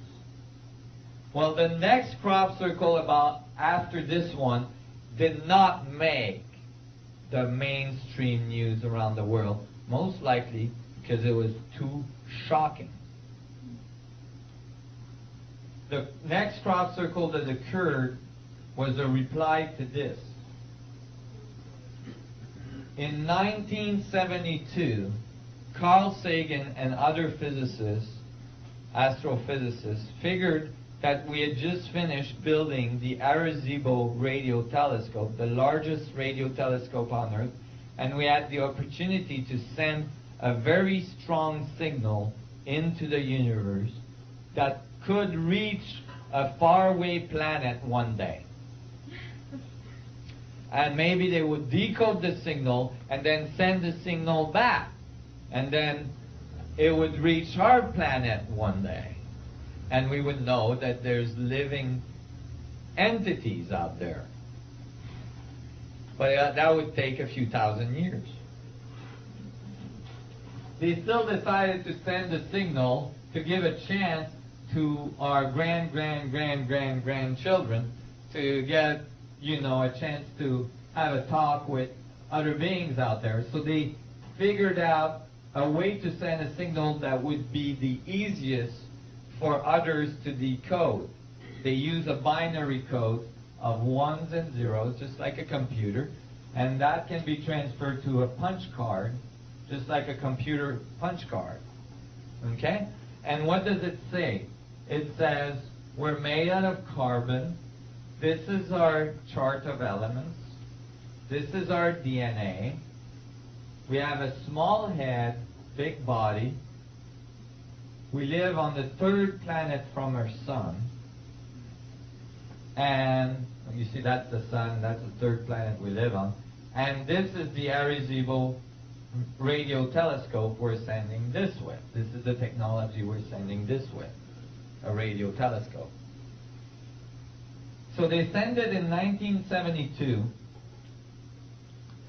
and 2 summers ago, across a radio telescope commonly hired by SETI to listen for a reply, came 2 crop circles, one being a reply to the Arecibo radio telescope signal, and the other one being a nice little mugshot.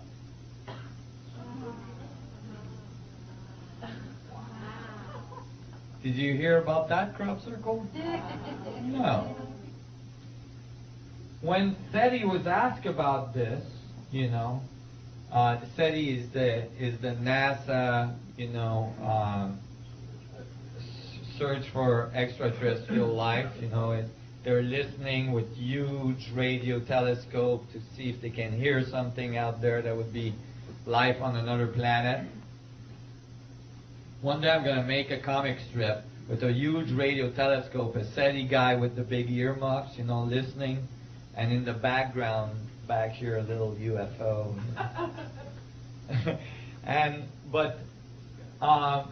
When they saw this, they said, well, it's got to be a hoax. Because if they wanted to talk to us, they wouldn't have sent a crop circle. The radio telescope was right beside it. Why didn't they just send a radio signal? Well, my reply to that is, if they would have sent a radio signal, you and I would never have heard about it. Maybe they wanted to talk to all of the people of the planet, not just a few agencies, right? So instead, they sent a radio, instead of a radio signal, they put the crop circles reply directly across from the radio telescope. And you got to realize that here you have a governmental installation that has infrared cameras, guards, and all of this. Nobody saw nothing. Right? And it's not like Doug and Dave can go in that field and do that all night and nobody noticed. And then when you look closely, the woven patterns of the hay are not reproducible readily in the middle of the night stomping around. The actual mugshot is an incredible pattern that generates a negative image of a picture. And you can tell that that being has large eyes, a small nose, a small mouth. And the reply says, this is what we sent, this is what came back. It says, we are carbon and silica. Our table of elements is very similar. It says we have a 3-strand DNA structure. it says we have a big head and a small body. We live on 3 of the planets of our solar system. The third one has 4 moons. And this is the technology we're sending this way. Now, this is not subject to interpretation. This is a binary code. They're talking to us directly. Okay? Now, when I saw this, I got really excited because I'm like, oh my God, they give us a blueprint of their technology. It's right there on the bottom. I'm like, whoa, what is this? Well, the resolution is really poor, so you can't tell what the heck it is. Well, they thought about that. They were nice about that. Because a year prior to this reply to the irresistible message, in the exact same field, a year to the date of the reply, prior to the reply, to the date, this crop circle occurred, which is exactly what's at the bottom of the reply. Just to make sure we had a high resolution blueprint of how they're using their technology. Here's your radio telescope. It's the exact same installation. You can see here the fence, you know, and all the security equipment, and this is right across from it, and that's what it looks like.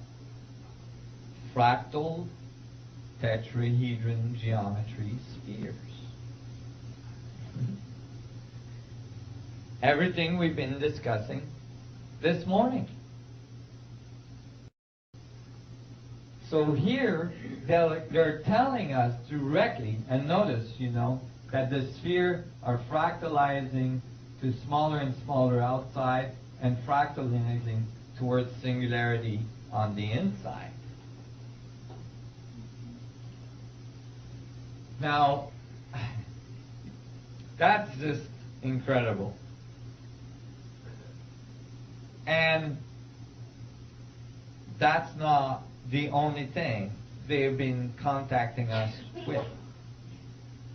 A year after the irresistible message reply, to the date, so this was a year prior, right? So the irresistible message came in. At the bottom of the irresistible message, there was a technology which they had put a year prior, right?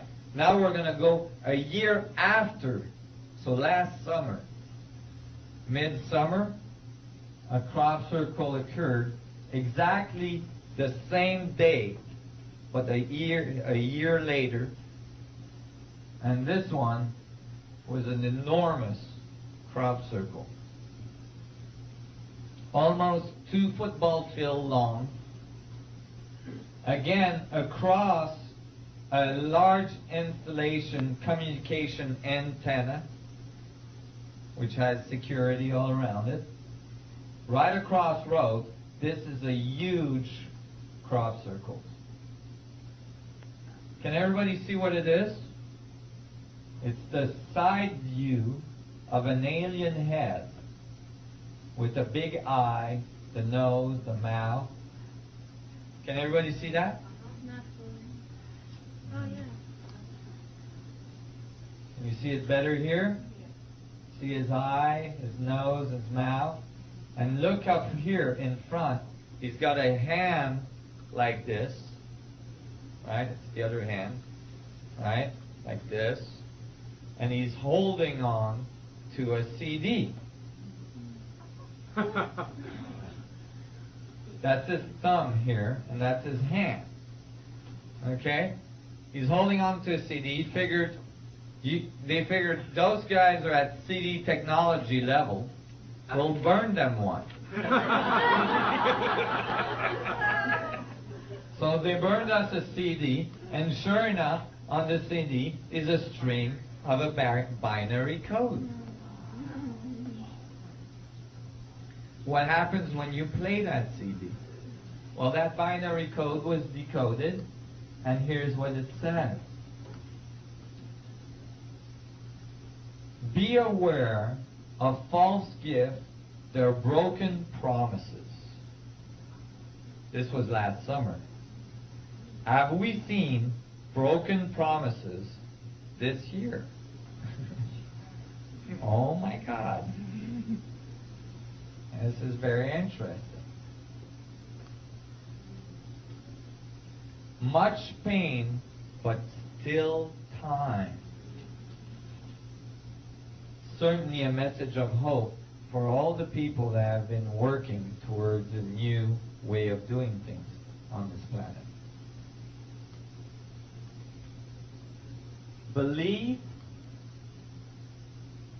there is good out there. And then we oppose deception. And the and has a bell sound. This is an ASCII code, so there's a bell sound typically to end a transmission. So I haven't had time to work on this so much because I'm publishing a unified field theory with a lot of math and a lot of work in it. And so I haven't had time to work on this, but I am convinced that there is an underlying code as well in this. Because these capitalizations are actually part of the code. So if you only read the words that are capitalized, you have false, broken promises, pain, believe, good, OP, deception. I don't know what OP deception is. Could be other people, it could be many things.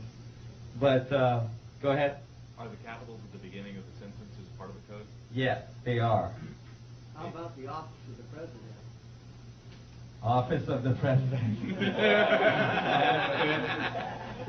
The Office of President deception. We definitely have seen this year. Does the bell sound have a certain frequency? I don't think it does because it's just an ASCII code, you know, that gives a bell sound. So I don't think it has a specific frequency to it. So this is a direct communication, my friend. Go ahead. He kept saying dates that they did this one day, next year, the same date, next year, the same date. You know what date that is? Well, it's August 15th, I believe. I'm not sure on that. You might have to verify.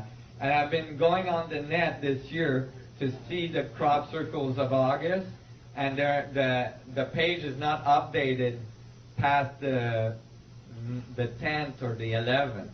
So I'm anxiously waiting to see if there's been another message this year. Direct binary message. There's been many crop circles this year. Usually, apparently, August 15 is always close to this radio telescope. I'm sorry? Is this close to radio telescope? Well, it's in England. The two that we saw, the two first one were right beside the radio telescope. The third one is further from the radio telescope, but then again, it's right beside a huge repeater antenna, which implies communication. So here, we're being talked to directly. They are getting closer and closer to contact. We're going to see this afternoon a little bit more of the influence that other species in our galaxy may have had on our planet early in its evolution, and how that relates to our current physics, and how that relates to the physics that I'm presenting to you today. Because there's a direct relationship. And it has to do with some of the monuments that are found all around the earth. So when you look at this, there is crop circles all around the world that are telling us about this structure of the vacuum. But when you look at nature, see, the proof of the pudding is that in this case, all of nature is included. Because, you see, if you take Einstein's field equations, for instance, there is no human being that live in that world. There is nothing in Einstein's field equations that describe how you got here. Okay? You can't put human beings in there. If you look at quantum equations for subatomic particles, there is nothing in that world in which you exist, neither. It's all probabilities. But if you have a unified field theory, then it should include all of the biological resolution. Okay?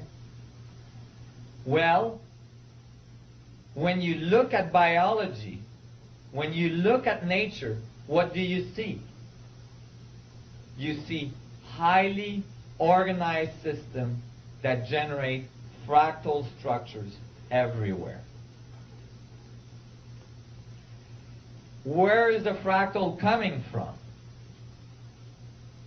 Look at the branch of a tree. They're all fractal structures. Look at the way the grass grows. They're all fractal structures. The way plants grow, the nervous system of your body, the veins of your body, all fractals. All very specific fractals that obey actually the phi ratio, 1.618. Always 1.618, smaller and smaller or bigger and bigger. Just like your finger. The end of your finger is 1.618 smaller than the middle part, and the middle part is 1.618 bigger than smaller than the third part. And your finger compared to your hand is 1.618 smaller, and your hand to your forearm is 1.618, and again, your whole body. All fractal structures everywhere in nature. That's the proof of the pudding. Actually, that fractal behavior of nature, according to this theory, emerged directly from the structure of the vacuum. The vacuum directs reality, and reality portrays the structure of the vacuum. So when you look at nature, you can see the vacuum geometry. And in such a theory, everything is included, including you. So then it is a fully unified theory. We're going to finish on this. We're going to just touch on it as we go. This is a presentation I did to the APS, the largest physics community on Earth. And I showed here in a scaling law, hello,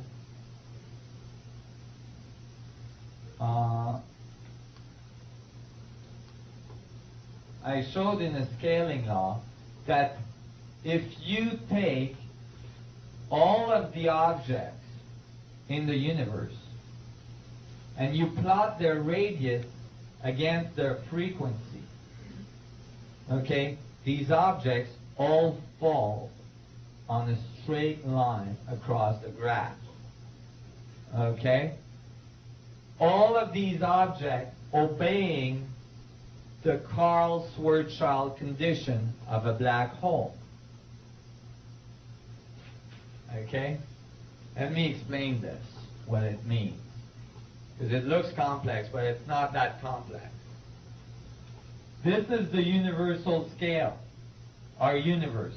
We have an approximate idea of its radius if it's a closed universe.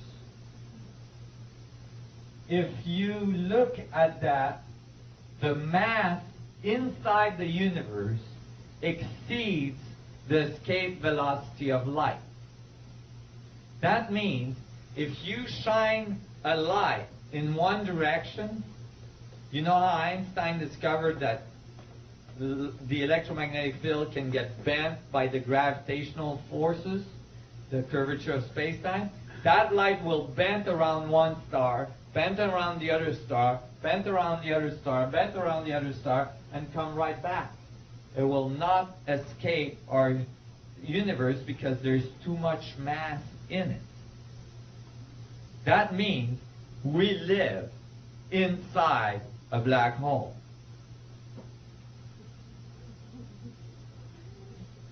Let me reiterate that. We live inside a black hole. That's why when you look up in the sky at night, it's black. Because light is contracting in the vacuum towards singularity. Everything inside that black hole is smaller black holes. But these smaller black holes you are outside of. This is a quasar, very, very large. This is a galactic center. This is our sun. This is an atom. And this is a subatomic particle, the Big Bang, 10 to the minus 33, the Planck's length. Note that the atom and subatomic particle are included. Current physics is divided between quantum theory, which is subatomic particle and atomic particle, and cosmology, which is relativistic equation for large objects. Here we show a direct relationship of all these objects together. No division. If all of these objects are considered different scales black holes, this is called a scaling law. This is what I'm just about to publish in November. It's under peer review right now, and so far the peer review is excellent.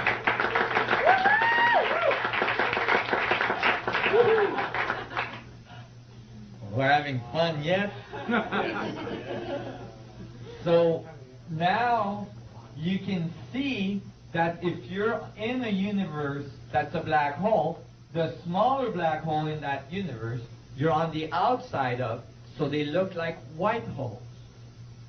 They radiate. You see the radiating side of the event horizon. It looks like a star, it looks like a planet, it looks like an atom, it looks like a subatomic particle. Do you guys see that? The white hole and the black hole are not two different objects. They're inside each other. And it's a feed between the gravitational field and the electromagnetic field.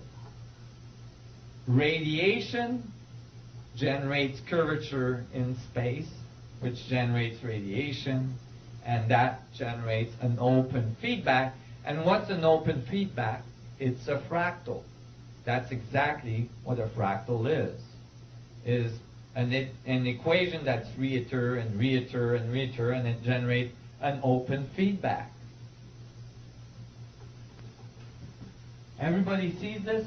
Everything you're looking at is different scale black holes, including all the atoms that you're made of. We don't see any evidence of entropy and death. All we see is evidence of mini black holes disorganizing and reorganizing, or actually changing levels of organization. When you die, not one of your atoms will ever disappear. They just go from one level of organization to another. They go from one scale to another.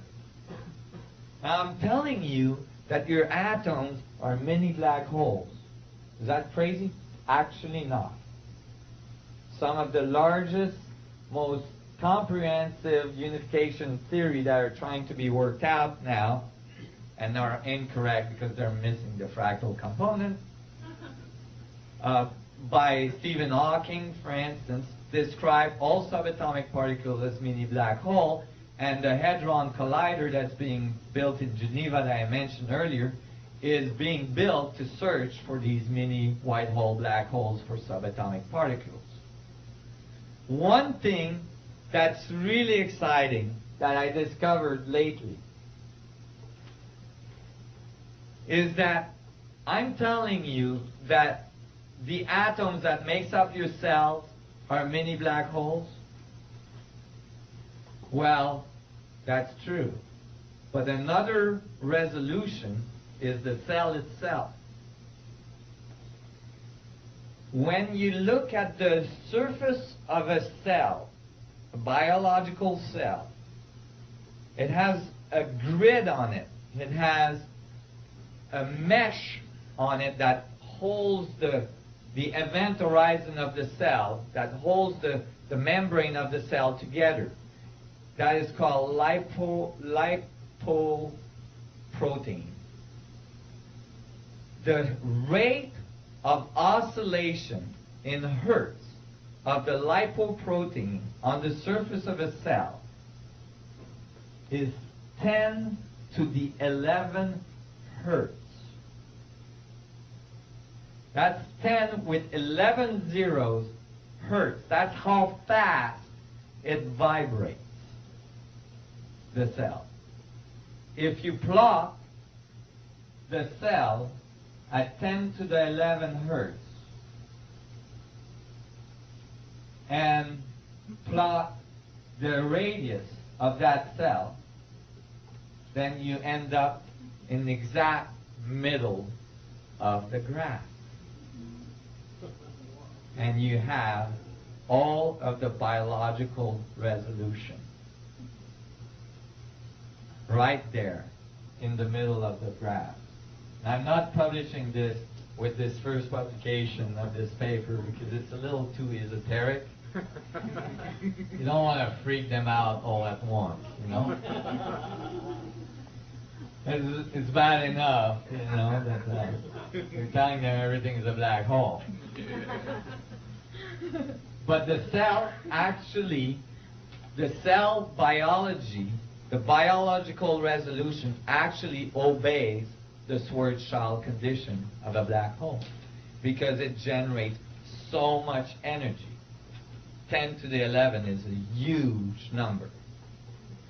The other thing that confirms that this scaling law is correct is that when you look at the distances between each points on the scale, oh, by the way, you know, these should fall everywhere if the universe was random, right?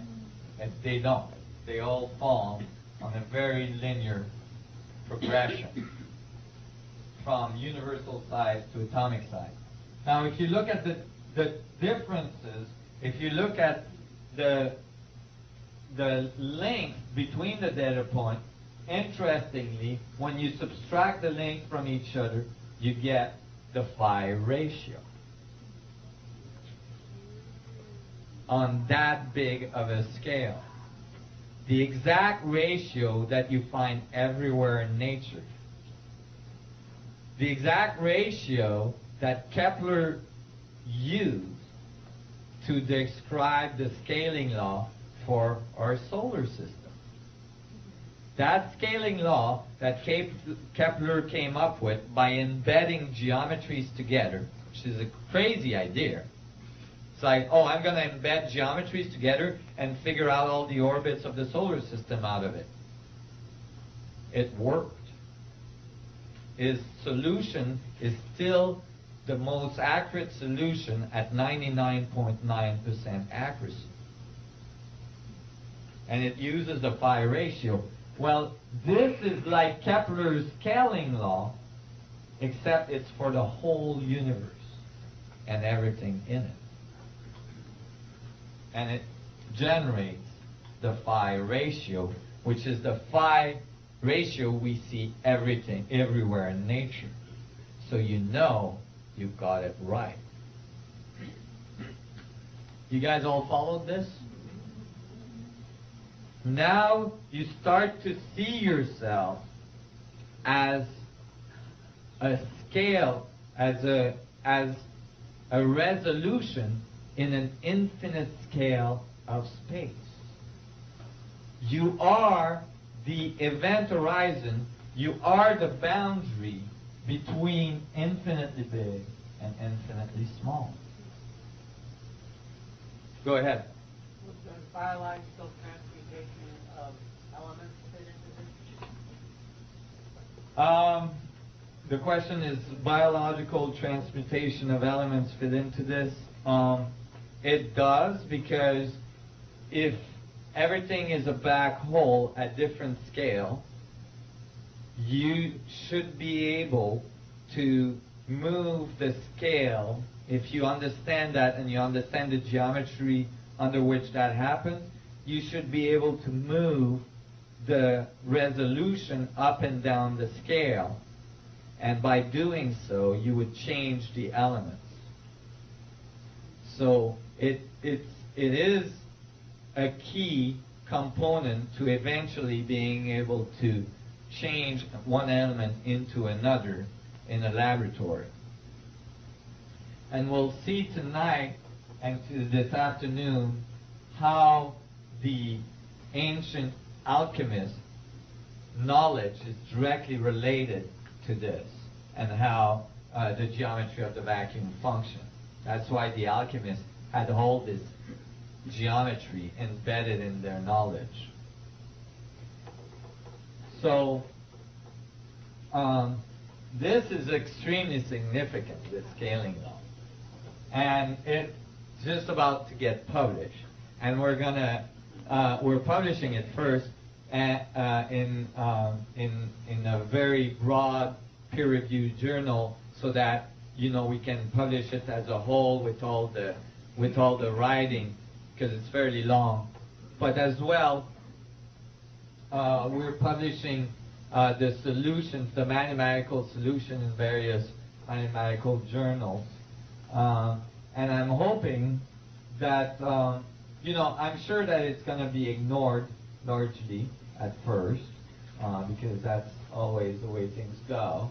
But eventually, it will get noticed, because the solutions are extremely accurate and they work for unification. And this afternoon, we're going to see more of what that means, what is the topology of how that works, and how that relates to ancient civilization. So to finish on this before we go to lunch, this geometry then,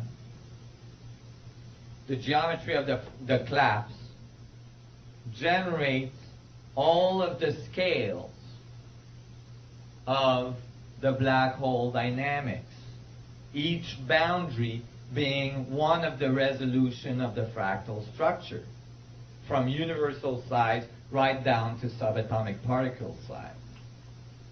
And this geometry is what dictates where the structure occurs, where the boundary occurs. Infinite boundaries within boundaries.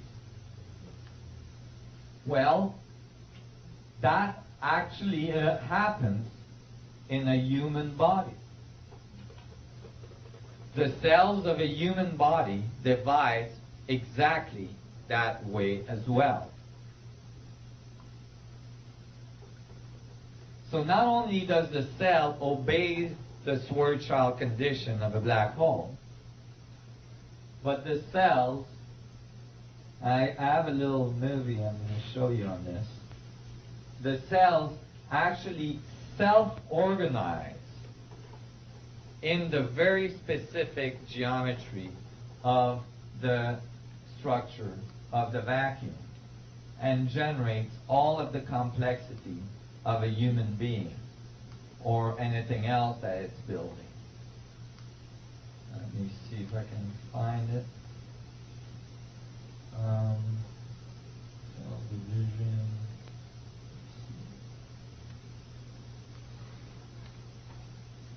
Here it is. Here's the cell dividing, generating perfect tetrahedrons. See? If the first cell is divided in two, the first cell divides in two, makes two cells, right? And then as you go, these two cells divides in two again, that makes four cells. The four cells don't make a cube, they make a perfect tetrahedron. You see? And each of these cells will divide again, making another set of four, and these four will go in between and make the reverse tetrahedron. And they'll continue to grow from 4 to 8 to 16 to 32 to 64. And it will not start to differentiate the cells until it gets to 64. It will say, you know, T cells are fundamental cells until it gets to 64. And then at 64, then it starts to make brain cells, heart cells, liver cells, and all sorts of other cells. So you all went through this very specific geometry to get here. You are an extension of space looking back at itself. That's the feedback of reality. That's what generates reality. You, the universe, experiencing itself, learning about itself. And that feedback between the internal and the external and the internal and the external is what drives the dynamics of all of the forces of the universe, which reduces in this view to only two forces, gravity and electromagnetism, the feedback between the two. No need for the strong and weak force anymore. Why? Because if you take this view, then subatomic particles are mini white hole black holes. This is funny, and I'm going to finish on this. Just so you know, quantum physics is bunk. Okay. Why?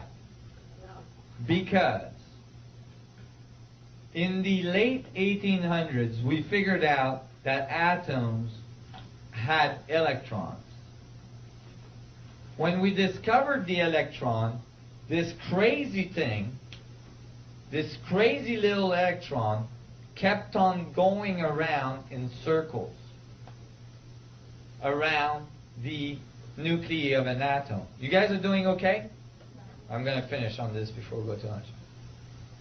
This electron didn't stop spinning.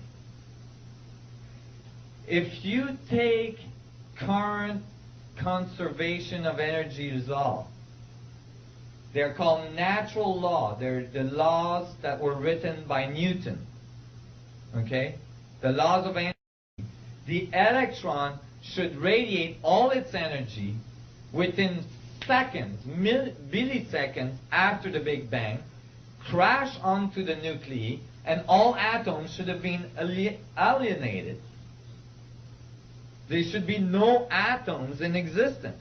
So when they found the electron, negatively charged electron spinning around a positively charged nuclei, and it didn't slow down, actually the electron spins at near the speed of light, 99.999% the speed of light. Ain't slowing down neither.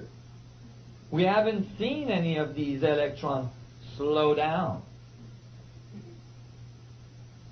So that was a large conceptual problem when they discovered this.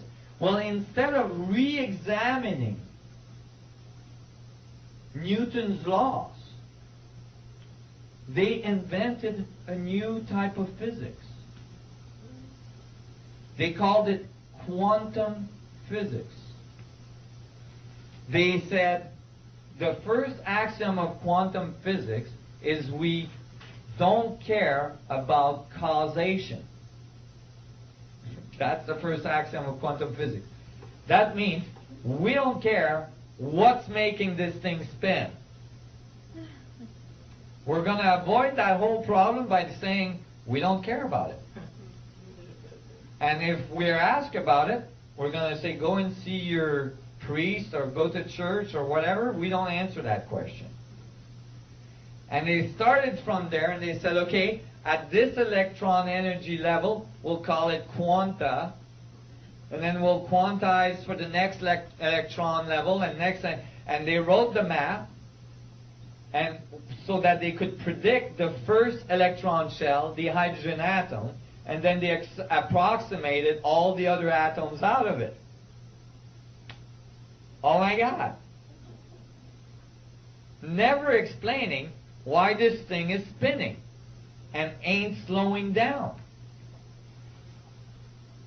Okay. We'll see this afternoon why, well, we'll see why this is a problem. Well, actually we'll see it now because otherwise this afternoon you won't be able to remember. But basically what happens is that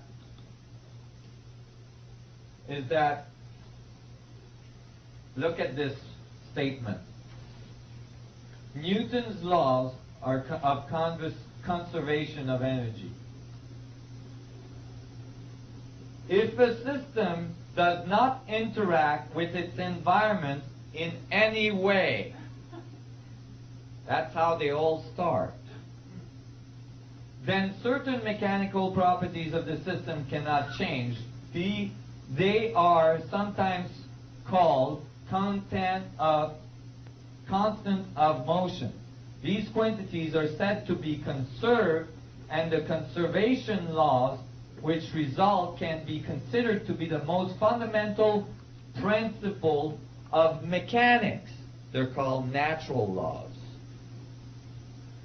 In mechanics, examples of conserved quantities are energy, momentum, and angular momentum. These conservation laws are exact for an isolated system. All of our current physics is based on this. Nobody took the time to ask, what the heck is an isolated system? Open a physics book and look up isolated system. An isolated system implies a collection of matter which does not interact with the rest of the universe at all. And as far as we know, there are really no such system. So now you have all our natural laws based on something that is not found in nature. That is a big problem.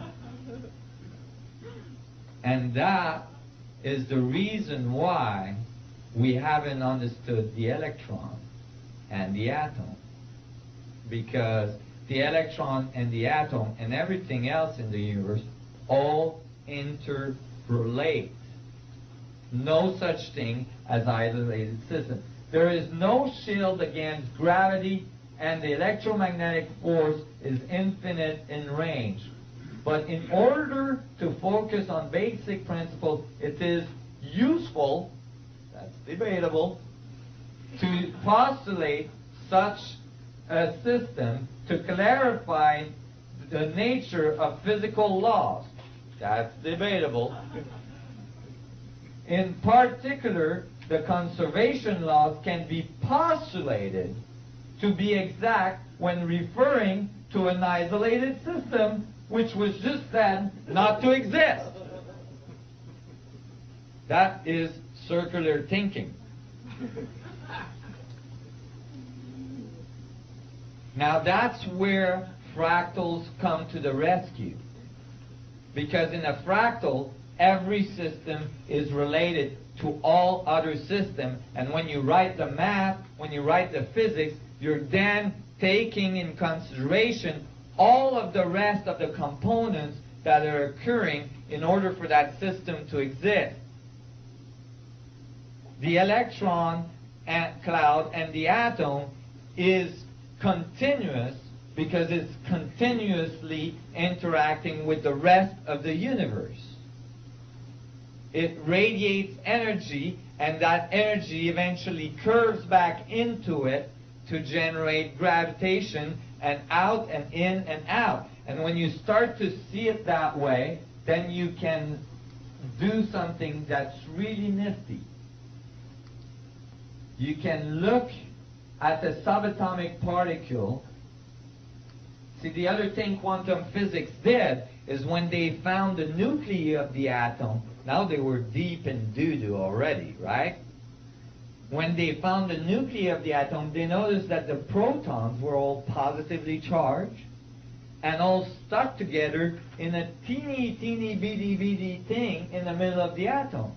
They calculate, you know, when you take two magnets and you try to push them towards each other, right? How they push against, right? Now they tried to calculate how much force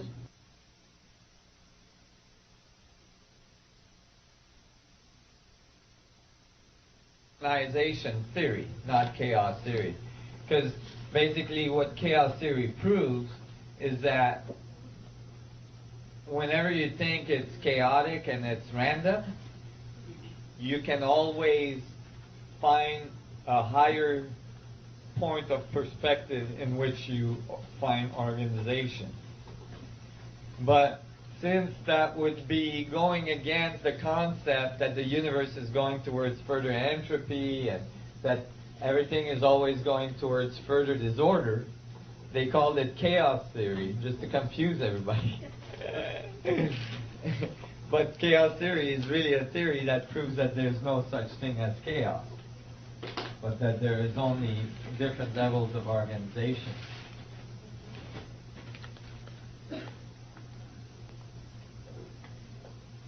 I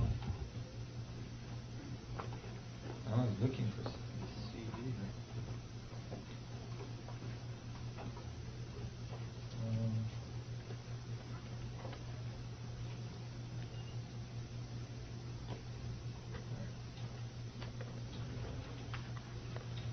Where we were.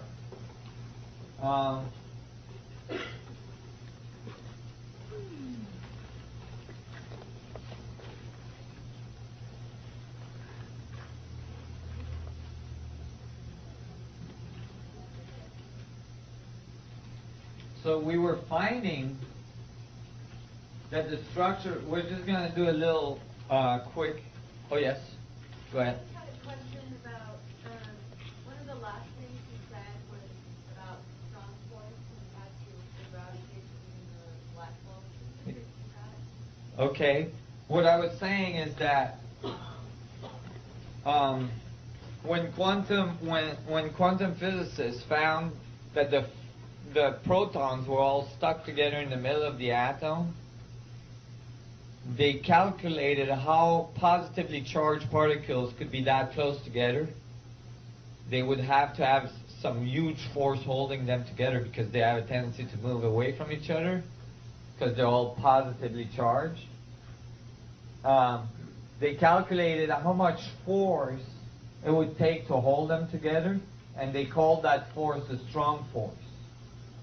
And basically invented a whole brand new force, which they didn't say where the force was coming from. You remember? Because quantum physics says we don't care about causation, we can invent anything we want. So they just invented a new force. They didn't say where it came from. Actually, when they found the quarks, they found that the quarks had to be squished together as well. So they made the strong force the color force, and the quarks, just inventing forces. And they basically, what I'm saying is that if you consider quarks and protons as small mini black holes, and then you calculate, you know, how black holes would have a gravitational field.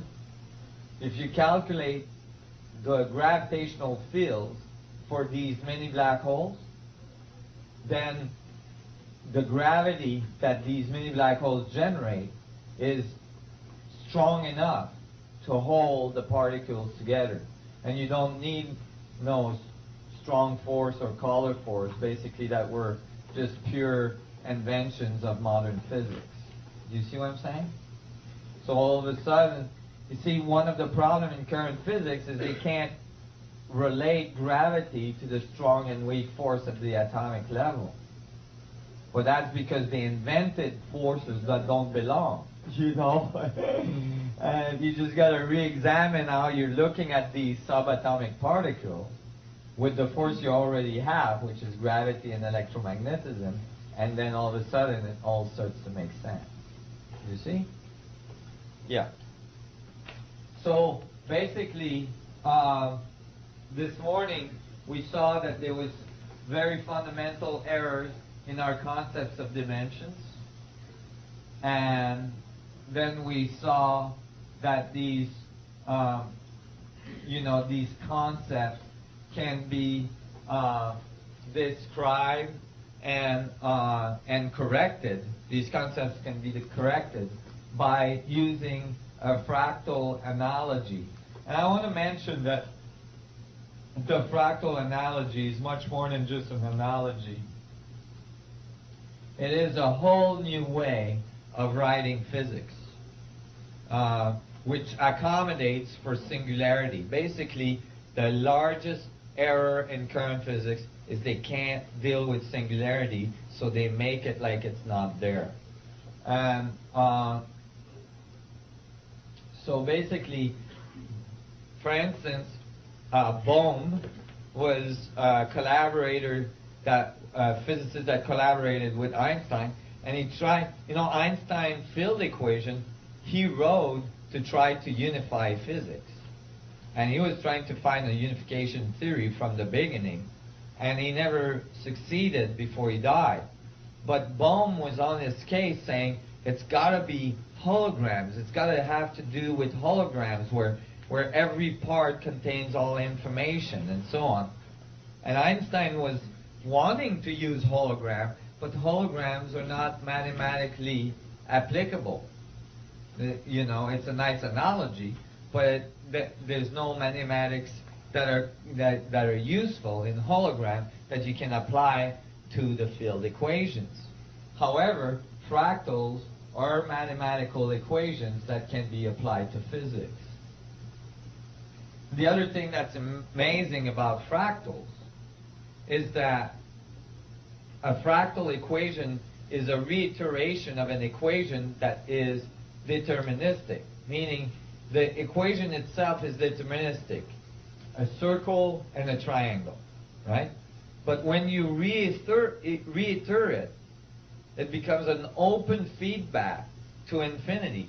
So it has a completely non-linear, non-deterministic output, right? So from a very deterministic equation, you get a complex, nonlinear output. And so you're accounting for both sides of the universe, the deterministic part and the non-deterministic part. So we saw that we can solve these dimension problems by describing dimensions at different resolution of a fractal. We saw that the universe is most likely expanding and contracting at the same time, and that the contractive part of the universe would have to have a very specific collapsing geometry, which is related to a tetrahedral grid that eventually generates 64 tetrahedron as you find or research the perfect geometry for a collapsing equilibrium, which is the 64 tetrahedron grid, which is generated from 8 expanding Star of David coming together, generating the vector equilibrium at the middle, right?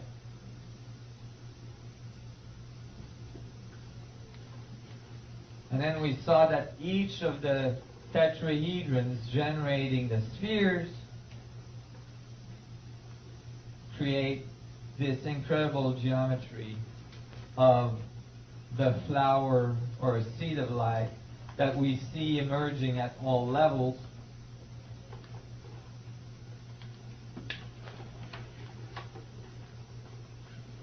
Including the way cells develop in a woman's womb.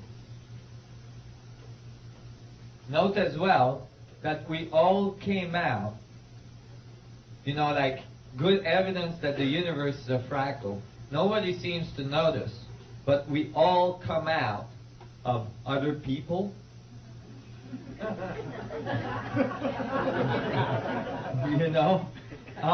That is a pretty good evidence of fractals being, part of the foundation of creation, right? We all came out of our mothers, and when we look at it, we could say that the tetrahedron in the sphere is actually reproduced in the creation of new human beings. You see, because you have, a penis, a vector, and a vagina, a sphere, and the penis crosses the event horizon of the sphere. And then it sends another little vector, sperm, out, and that little vector crosses the event horizon of the cell of the egg, right? And then the egg crosses the event horizon of the uterus and goes in the placenta and grows and makes a sphere, right? And then the sphere, inside the sphere is the vectors of the legs and the arms and all this, and then eventually that vector moves out and crosses the event horizon of the mother. You see how that, evolves? And then eventually, as you die, you cross the event horizon of your own atoms, and so on. And I thought that was interesting. But as well, all of life emerges out of water. And the water molecule, H2O, is a tetrahedron. You see? So the water molecule, and so is the silica molecule, are like the transducer for the vacuum information to move the information through into this level of the resolution of reality. Why do I think that water is a transducer? Well, by observation, everything emerges out of water, and if the vacuum geometry is tetrahedral, you would assume that the vehicle that brings the vacuum geometry information through would have to be tetrahedral. It would have to match, and it does. But what's really interesting is that as it does that, water is the only element we know of that expands when it cools and contracts when it warms. So it has a completely reverse thermodynamic structure. And that's the link across the event horizon. It has a thermodynamic link because the vacuum goes towards absolute zero and the electromagnetic field goes towards heat. So, there was something else on water I was going to say, but I just lost it.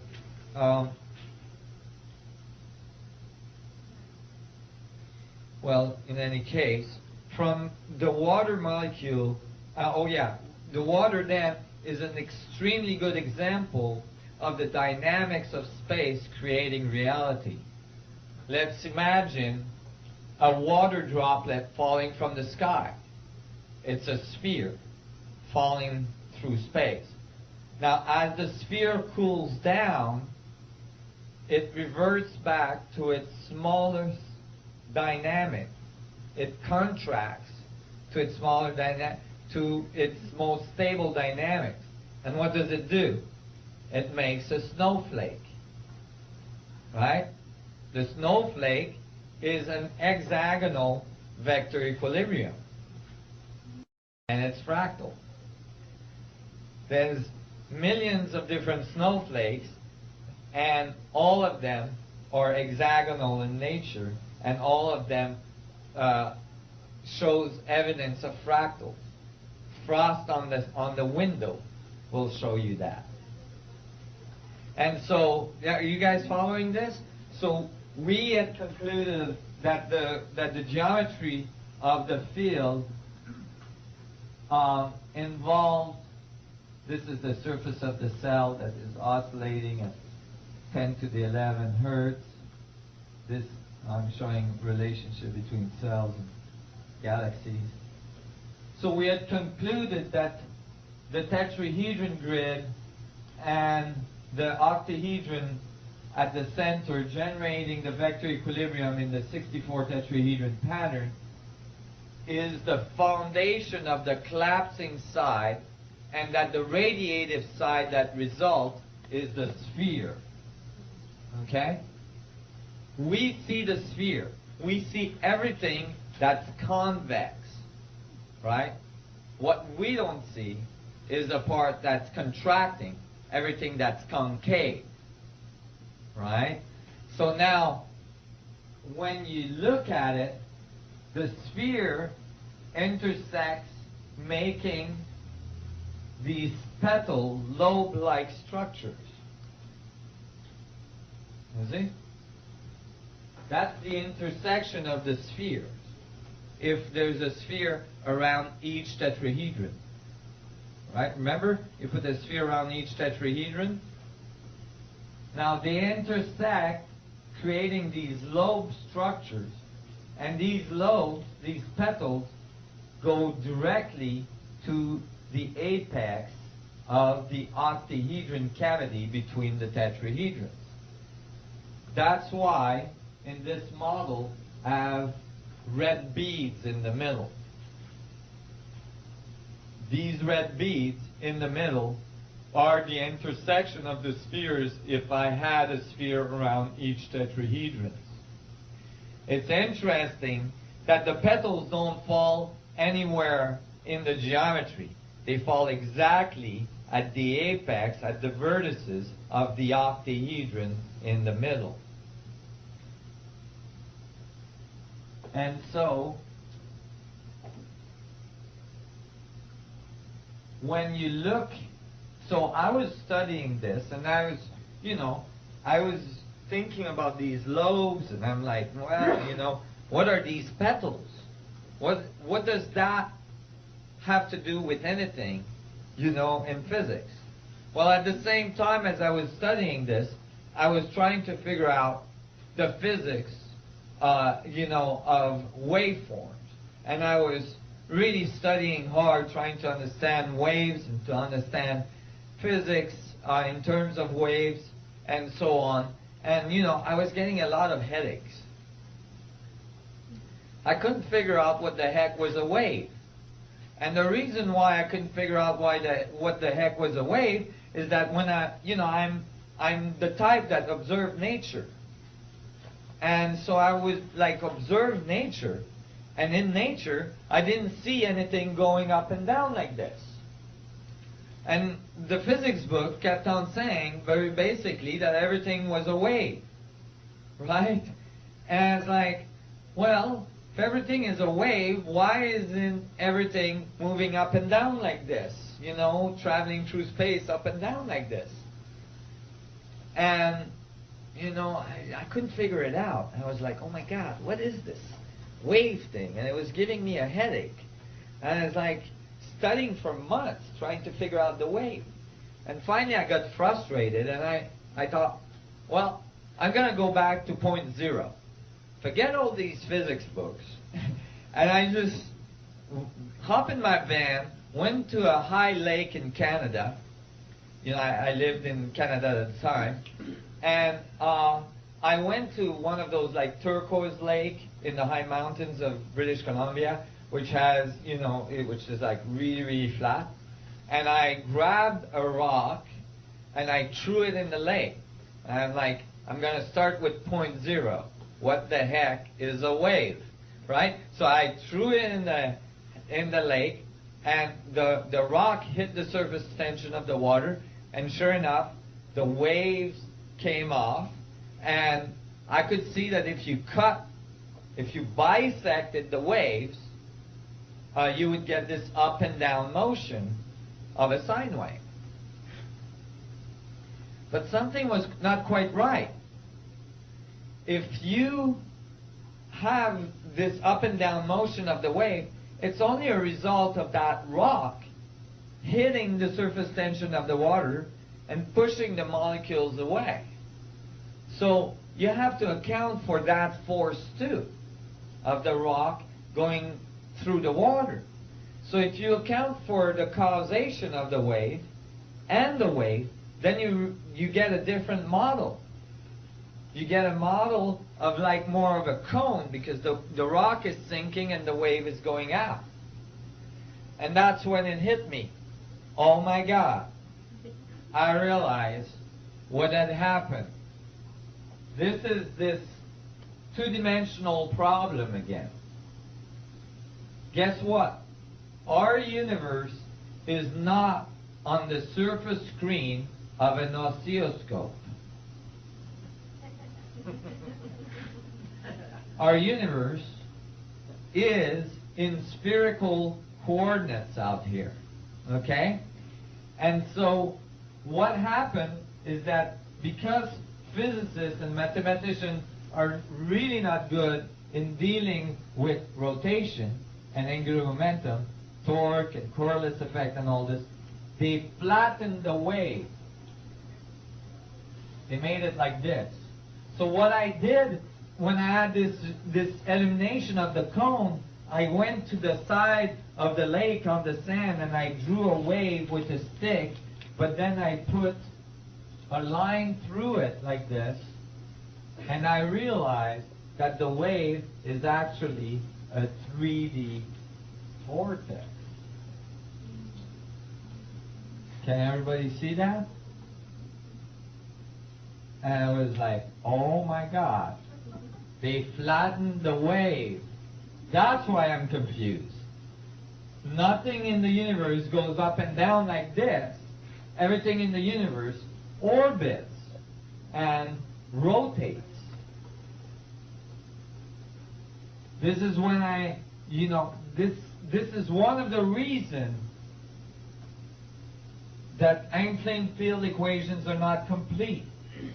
It's because the torque and the Coriolis effect that's resulting from rotation is eliminated by attaching the frame of reference to the rotation of an object.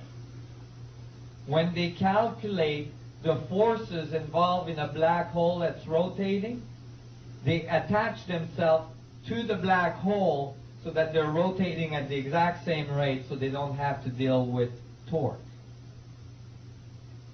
Go ahead.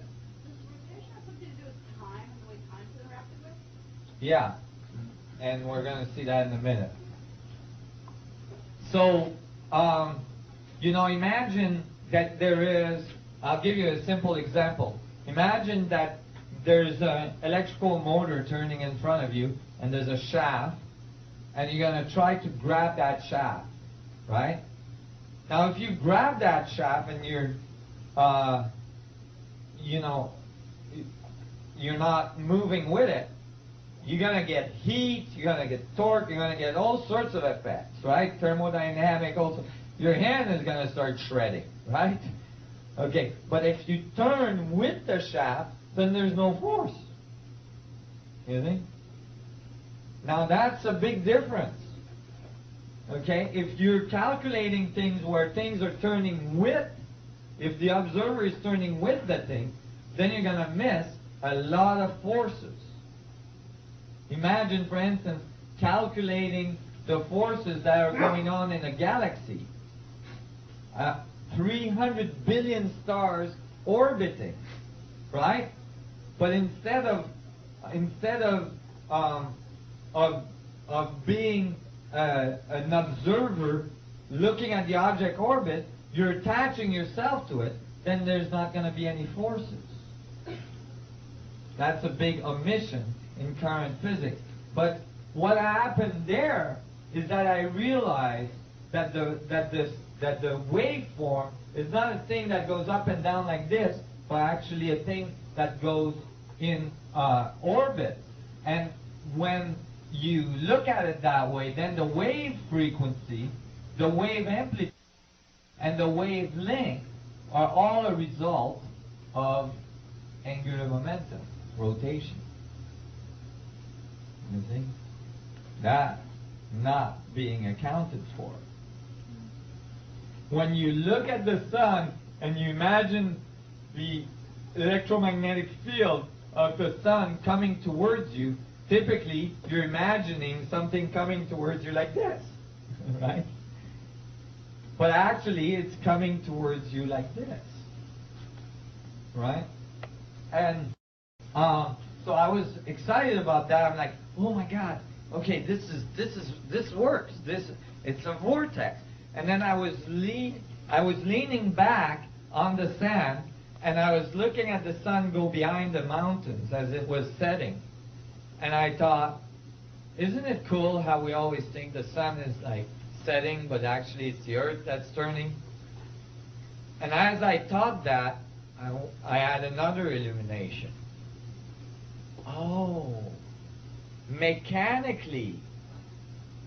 And I thought, wait a minute. We've all been taught in our current understanding that the sun is here in the center of our solar system, right? Since Galileo and Copernicus. And that the planets do something like this, right? Is this true? No. That actually has nothing to do with the dynamics of our solar system. Although this is taught to all children at school. Even in my school there was like one of those little devices, that you turn the little thing on the bottom and the planets go around the sun. I don't know if you had those, but I had those in my school. And it's actually completely incorrect.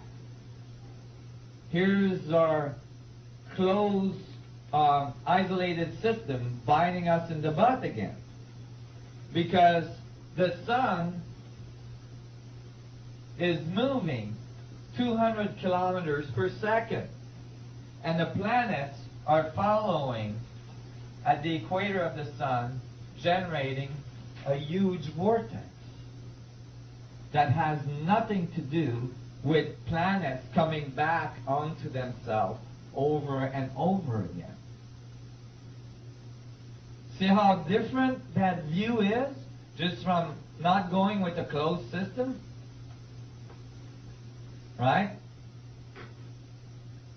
And I realized it's all vortices. Now, when you look at it, you could say this is 2000, this is 2001, this is 2002, and so on, right? Like the Earth. Well, this distance has nothing to do with the same point in space-time. After a year of rotation around the sun, the Earth is millions and millions of miles away from where it was last year. Do you see how that starts to open your mind, open your consciousness to what's really occurring? You mean I'm still 1 year old? Pardon me? You mean I'm still 1 year old? What do you mean? Well, there's no birthday, so you never get back to the beginning. Yeah, there is.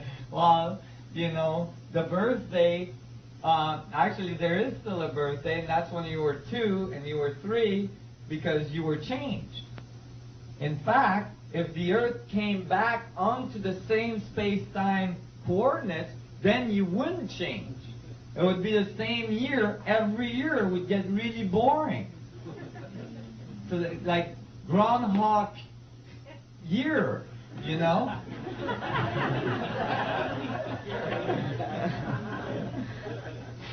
And so that I realized why every moment is a different moment.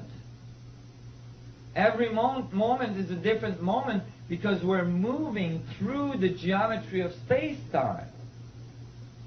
And every movement through, every point on that spiral is a different point, is in a different relationship to everything else. Could you explain the Coriolis effect and how that fits into this? Well, the Coriolis effect, that's a little more complex. I'm going to explain the Coriolis effect later on. It's going to be easier with the graph on the computer. Go ahead. Well, what you're showing is that time is actually a spiral, not a circle. That's right. So we've miscalculated time as well. Yeah, Our it's not. understanding of time. That's right. Time is not, and we're going to discuss that in a little minute here. Here, time is definitely, this is like a concept of linear time, you know, but plotted over a spiral instead of a line, okay? Because that's the true dynamics of our planet.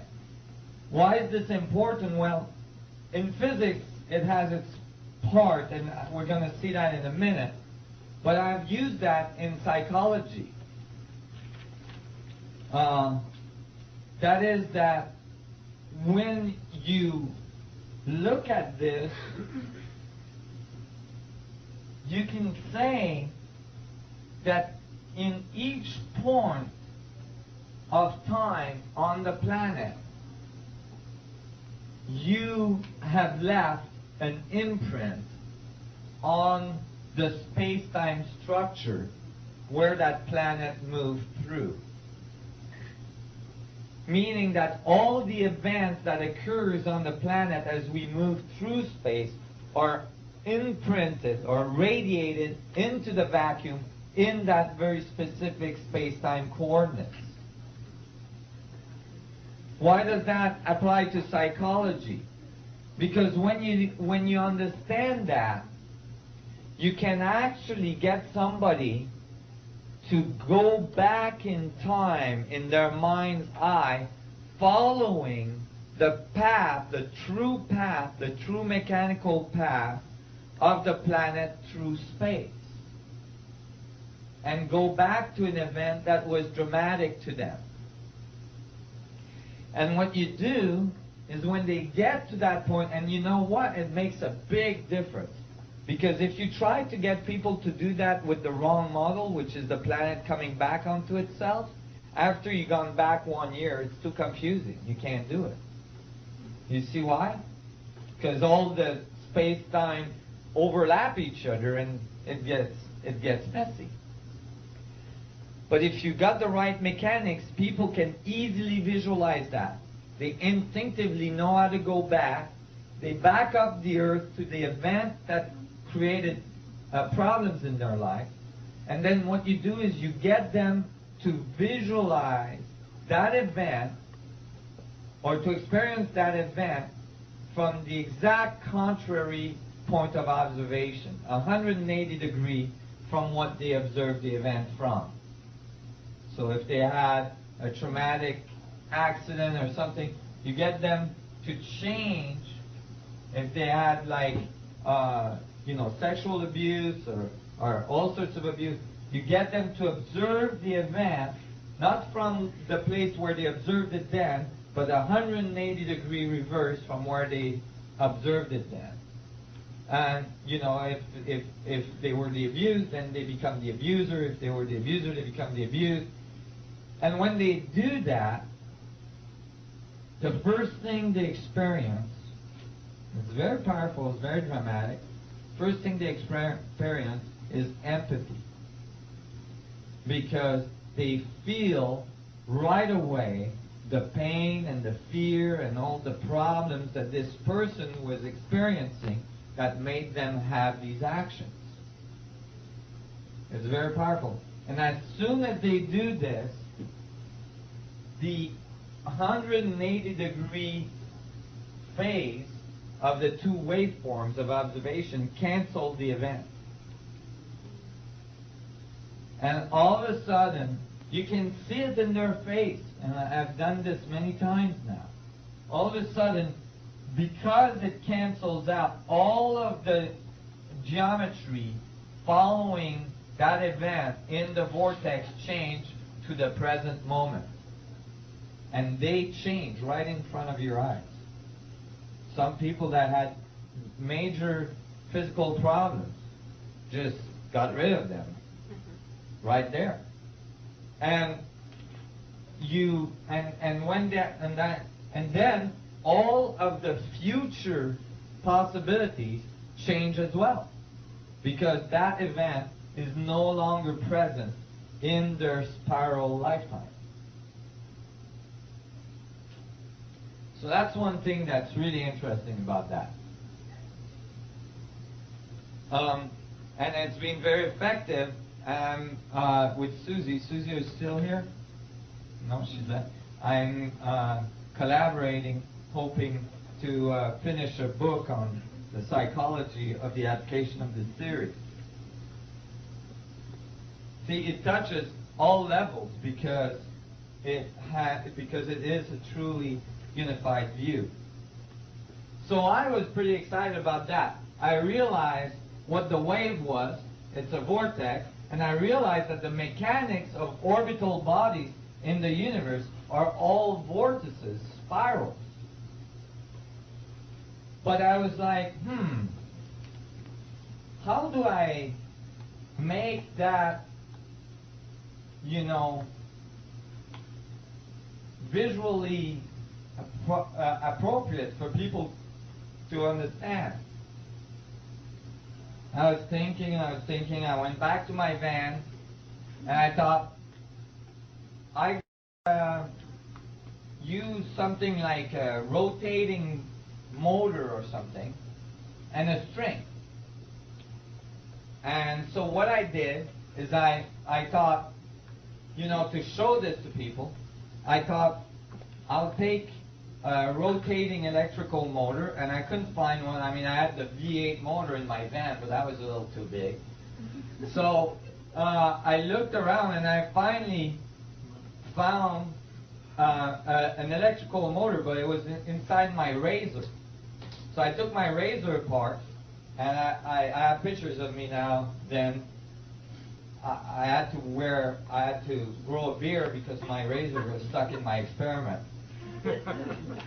But I took my razor apart, and I took the little electrical motor out, and I attached a string to it, a fishing line to it, and then on the other side I attached a little fishing weight that allowed me to hold on to the string and allowed the string to spin at the same time. So then I turned my razor on. Is there somebody, Andy, that can turn the lights off here? And I don't have my razor anymore because, well, you can see I started shaving again. But I was in a physics conference, and it was hilarious. I was going around all these physicists in this physics conference with my little laser and my little string, trying to explain to them that a wave is a 3D vortex. And some physicist that come from Canada saw me doing that, and he had brought this device that he thought was a cool toy. And when he saw me do that, he said, "You need this device," and he gave it to me. So since then I present with this, which is much better than my little razor string. Okay, so I'm going to try to do this and wait so I can feel. Can you pull on that string above your head?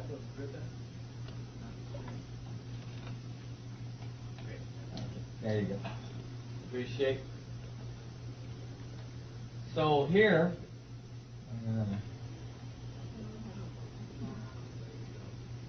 I orbited the string, and as soon as I put it together, this is what happened. The string self-organized into a vortex. But the vortex was quantized. Can everybody see the two-dimensional waveform here? The 2D sine wave? Okay, well, the 2D sine wave is a 3D vortex, right? We all agree, right? And when it does go into self-organization, it generates very specific quantas. Can everybody see this? These quantas are the particle, and this is the wave. You see? The wave and the particle come together naturally when you have a 3D vortex. You all see what I mean? All of a sudden, it's not either a wave or a particle, it's both in the same dynamic. The particle and the wave. Now, when you disrupt that, it'll balance itself back out, right? Pardon me? When you disrupt it, it'll balance itself right back out, just like this. Yeah, you can disrupt it, and you see, you can change the amplitude, but you can get like stable, Chaotic attractor. yeah, stable standing waves, like this one. And they're very beautiful as well. They generate really interesting fractal structures in between them, if you can see in the middle there. Are those available in church? I wish. I've never been able to find another one of these. And I looked hard and long. And you can continue to create. See, this is, let me see. This is a 2 frequency, right? So again, self-organized. Does that look like anything? Right. Now I had a contact for the pedals, or for the lobes in between the intersecting spheres. The spheres are the radiating side of the event horizon. Those radiating spheres intersect, creating standing waves, that is the electromagnetic field. You see that? And so that you can actually make this the one frequency. Let me see if I can get. Let me spin it up. This is one of the interference patterns. Now, a wave of water in the ocean coming onto a beach, is the water molecules coming in a spiral? That's right. The water molecules are moving through the wave. You know, like surfers going through the tunnel? The water molecules are going through the wave like this along the shore. And the wave appears to be moving this way towards the shore. But it's actually a vortex. So, let me see. You can get, let me see if I can get it. Oh, way up. There we go. Here you get a tetrahedral array of waveforms in the middle. Oh, I lost it. Oh, sorry. It's kind of hard to show to a large audience. Need a camera on it. In any case, you can get all the interference pattern you need, including the wave and the particles together, all in one. You don't have to have some weird dichotomy between the two.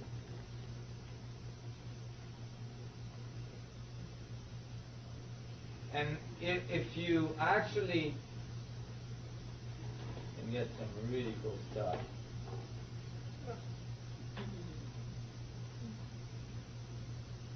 At slow speed. Here's the interference patterns at slow speed. Isn't this neat? If you leave it long enough, does it always naturally organize itself, or is it organizing because you're moving it? It's organizing because I'm moving it. If I change the wave frequency, right, there's places where the distance, due to the length of the string, will create interference, like here. But then if I change that length, when it's at the right length, then it will self-organize. And when it does, the rate of rotations of the motor changes. You see? And so it has to do with the wavelength and the speed of rotation. So here is my string theory.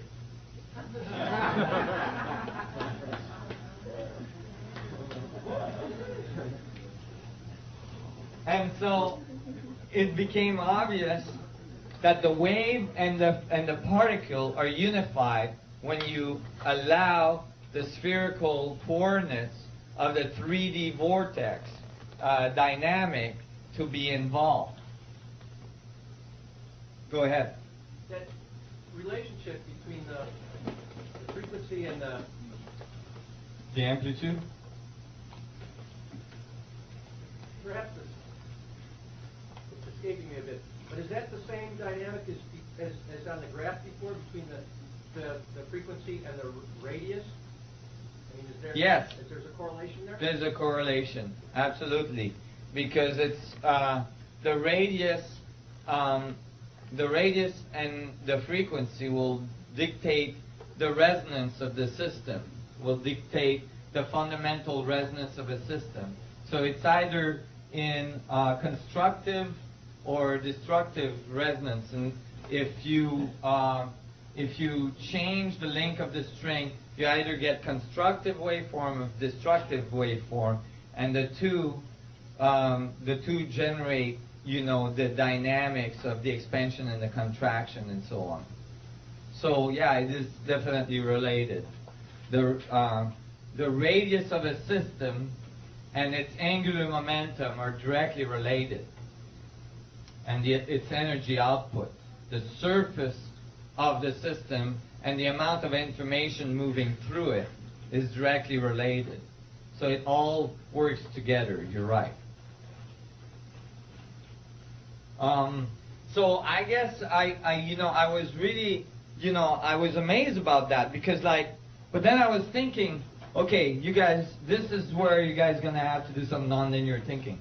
Because I was thinking, all right, now, if you have a planet moving around the sun, right?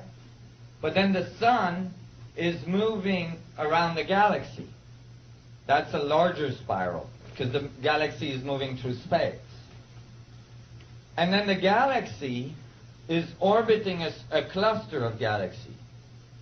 That's moving through space. And then that cluster is orbiting a larger cluster, which is orbiting the universe, which is a larger spiral, and that universe is orbiting a multiverse, a larger universe, and a larger universe, and a larger universe to infinity. That's where the fractals become a really good thing to have.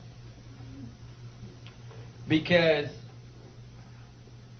in an infinite fractal of rotation, in an infinite fractal, how do you define the center? Every point is the center. You are the center of the universe, or observing the universe from your very own center. Wherever you pick a point of observation in the fractal, that point becomes the center from which you're observing the universe. That point becomes stillness. Why stillness? Because in that point now, all of the spins of the universe cancel out. For each spin you find, you'll find in the universe an exact and opposite counterspin. So all of the spin canceling out in each point creates stillness. I'll give you an example. Here's a hurricane off the coast of Florida. How many, 100 miles an hour wind, 100 plus an hour wind, right? What's in the middle?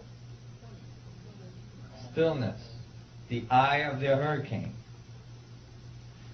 You need stillness to be able to have a frame of reference for rotation. You see?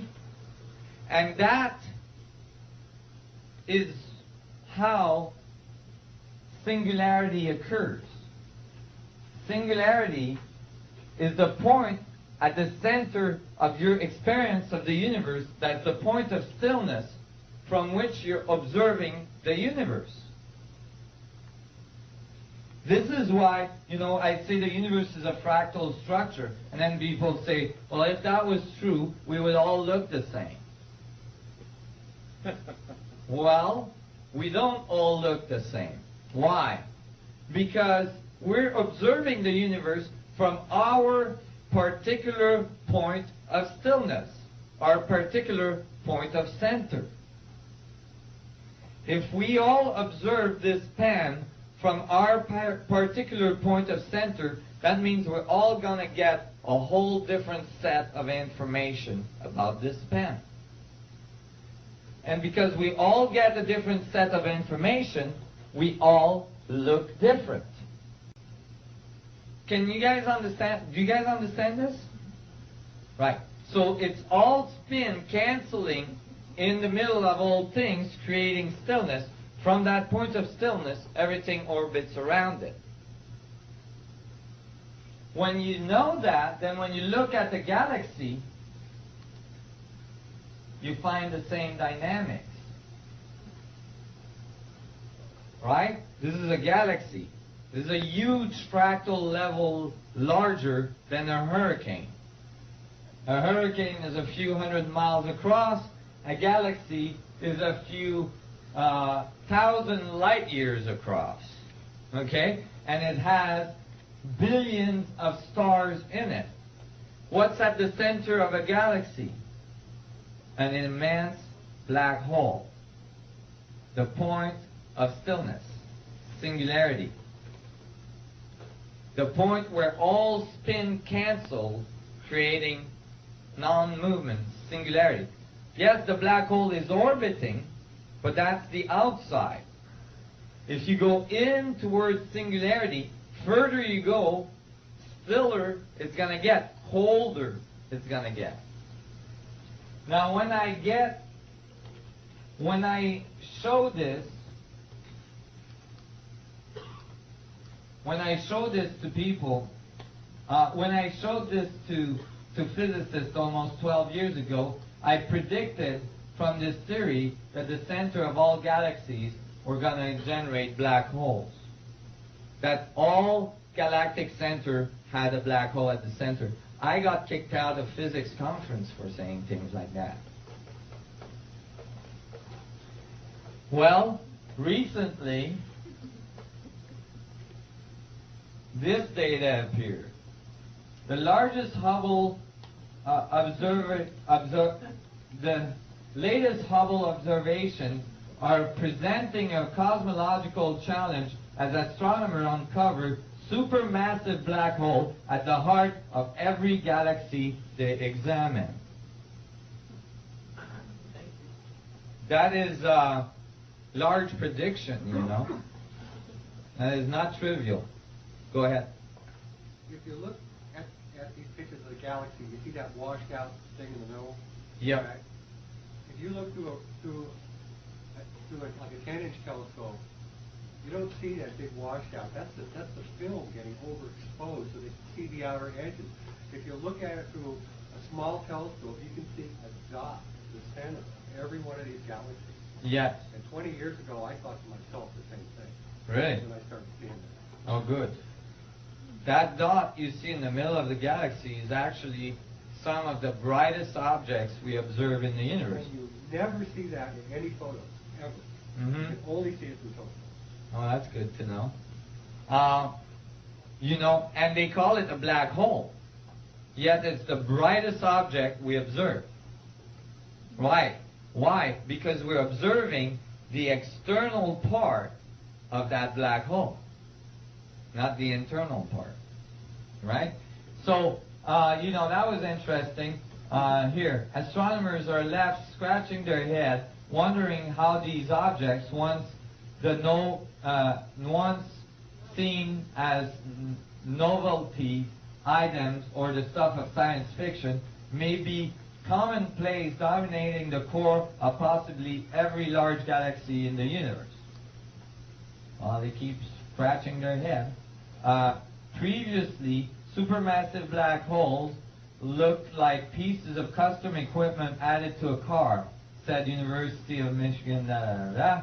Now these look like standard feature, and if black holes are an integral part of galactic formation, that could require a major revision of our theories. No kidding. Maybe you don't kick people out so easily anymore. So you guys see where I'm going? See, this is the concept that I'm bringing forward. Everything is centered by singularity. And everything that is outside that center is the radiated part that we observe as the universe, because it rotates. Because it has angular momentum, and that generates forces like electromagnetic radiation and so on. So when when I was looking at all this stuff, and I realized that these lobes had to be those vortices that are moving through space, then I quickly seen,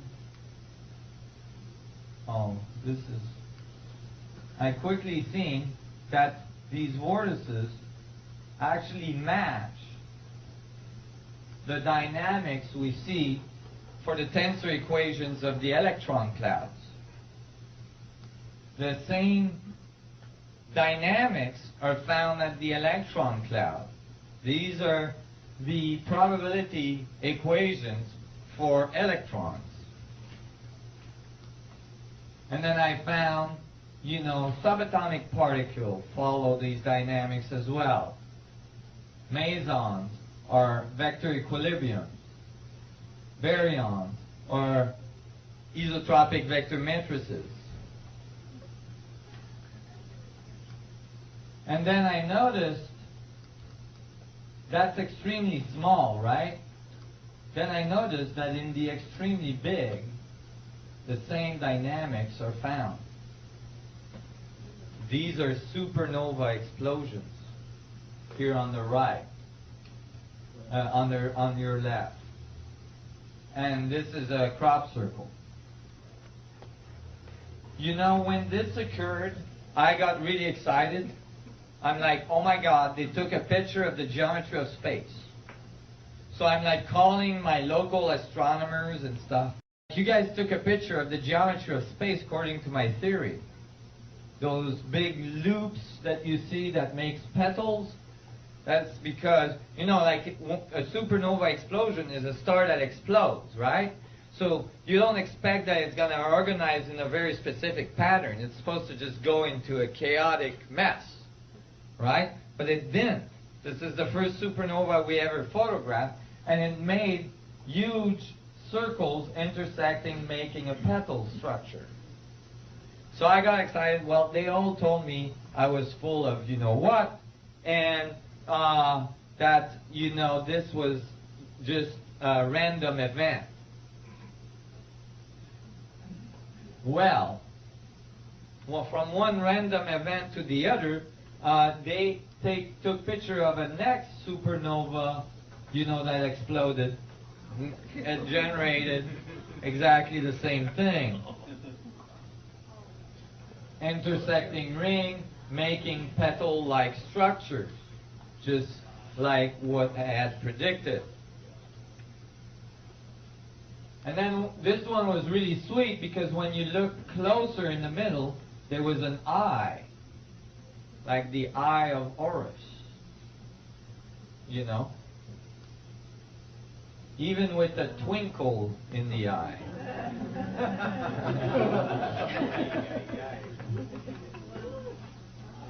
But what got me really excited about that one is that the two intersect.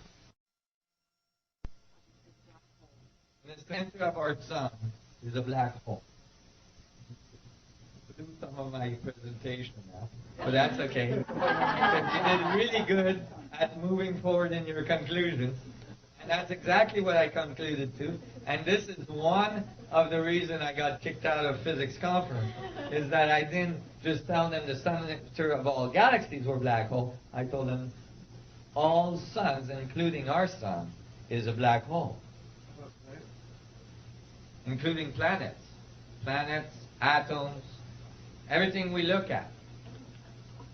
The energy level of planets, for instance, all the gaseous planet in our solar system, all produce between 70 and 80% more energy than it receives from the sun.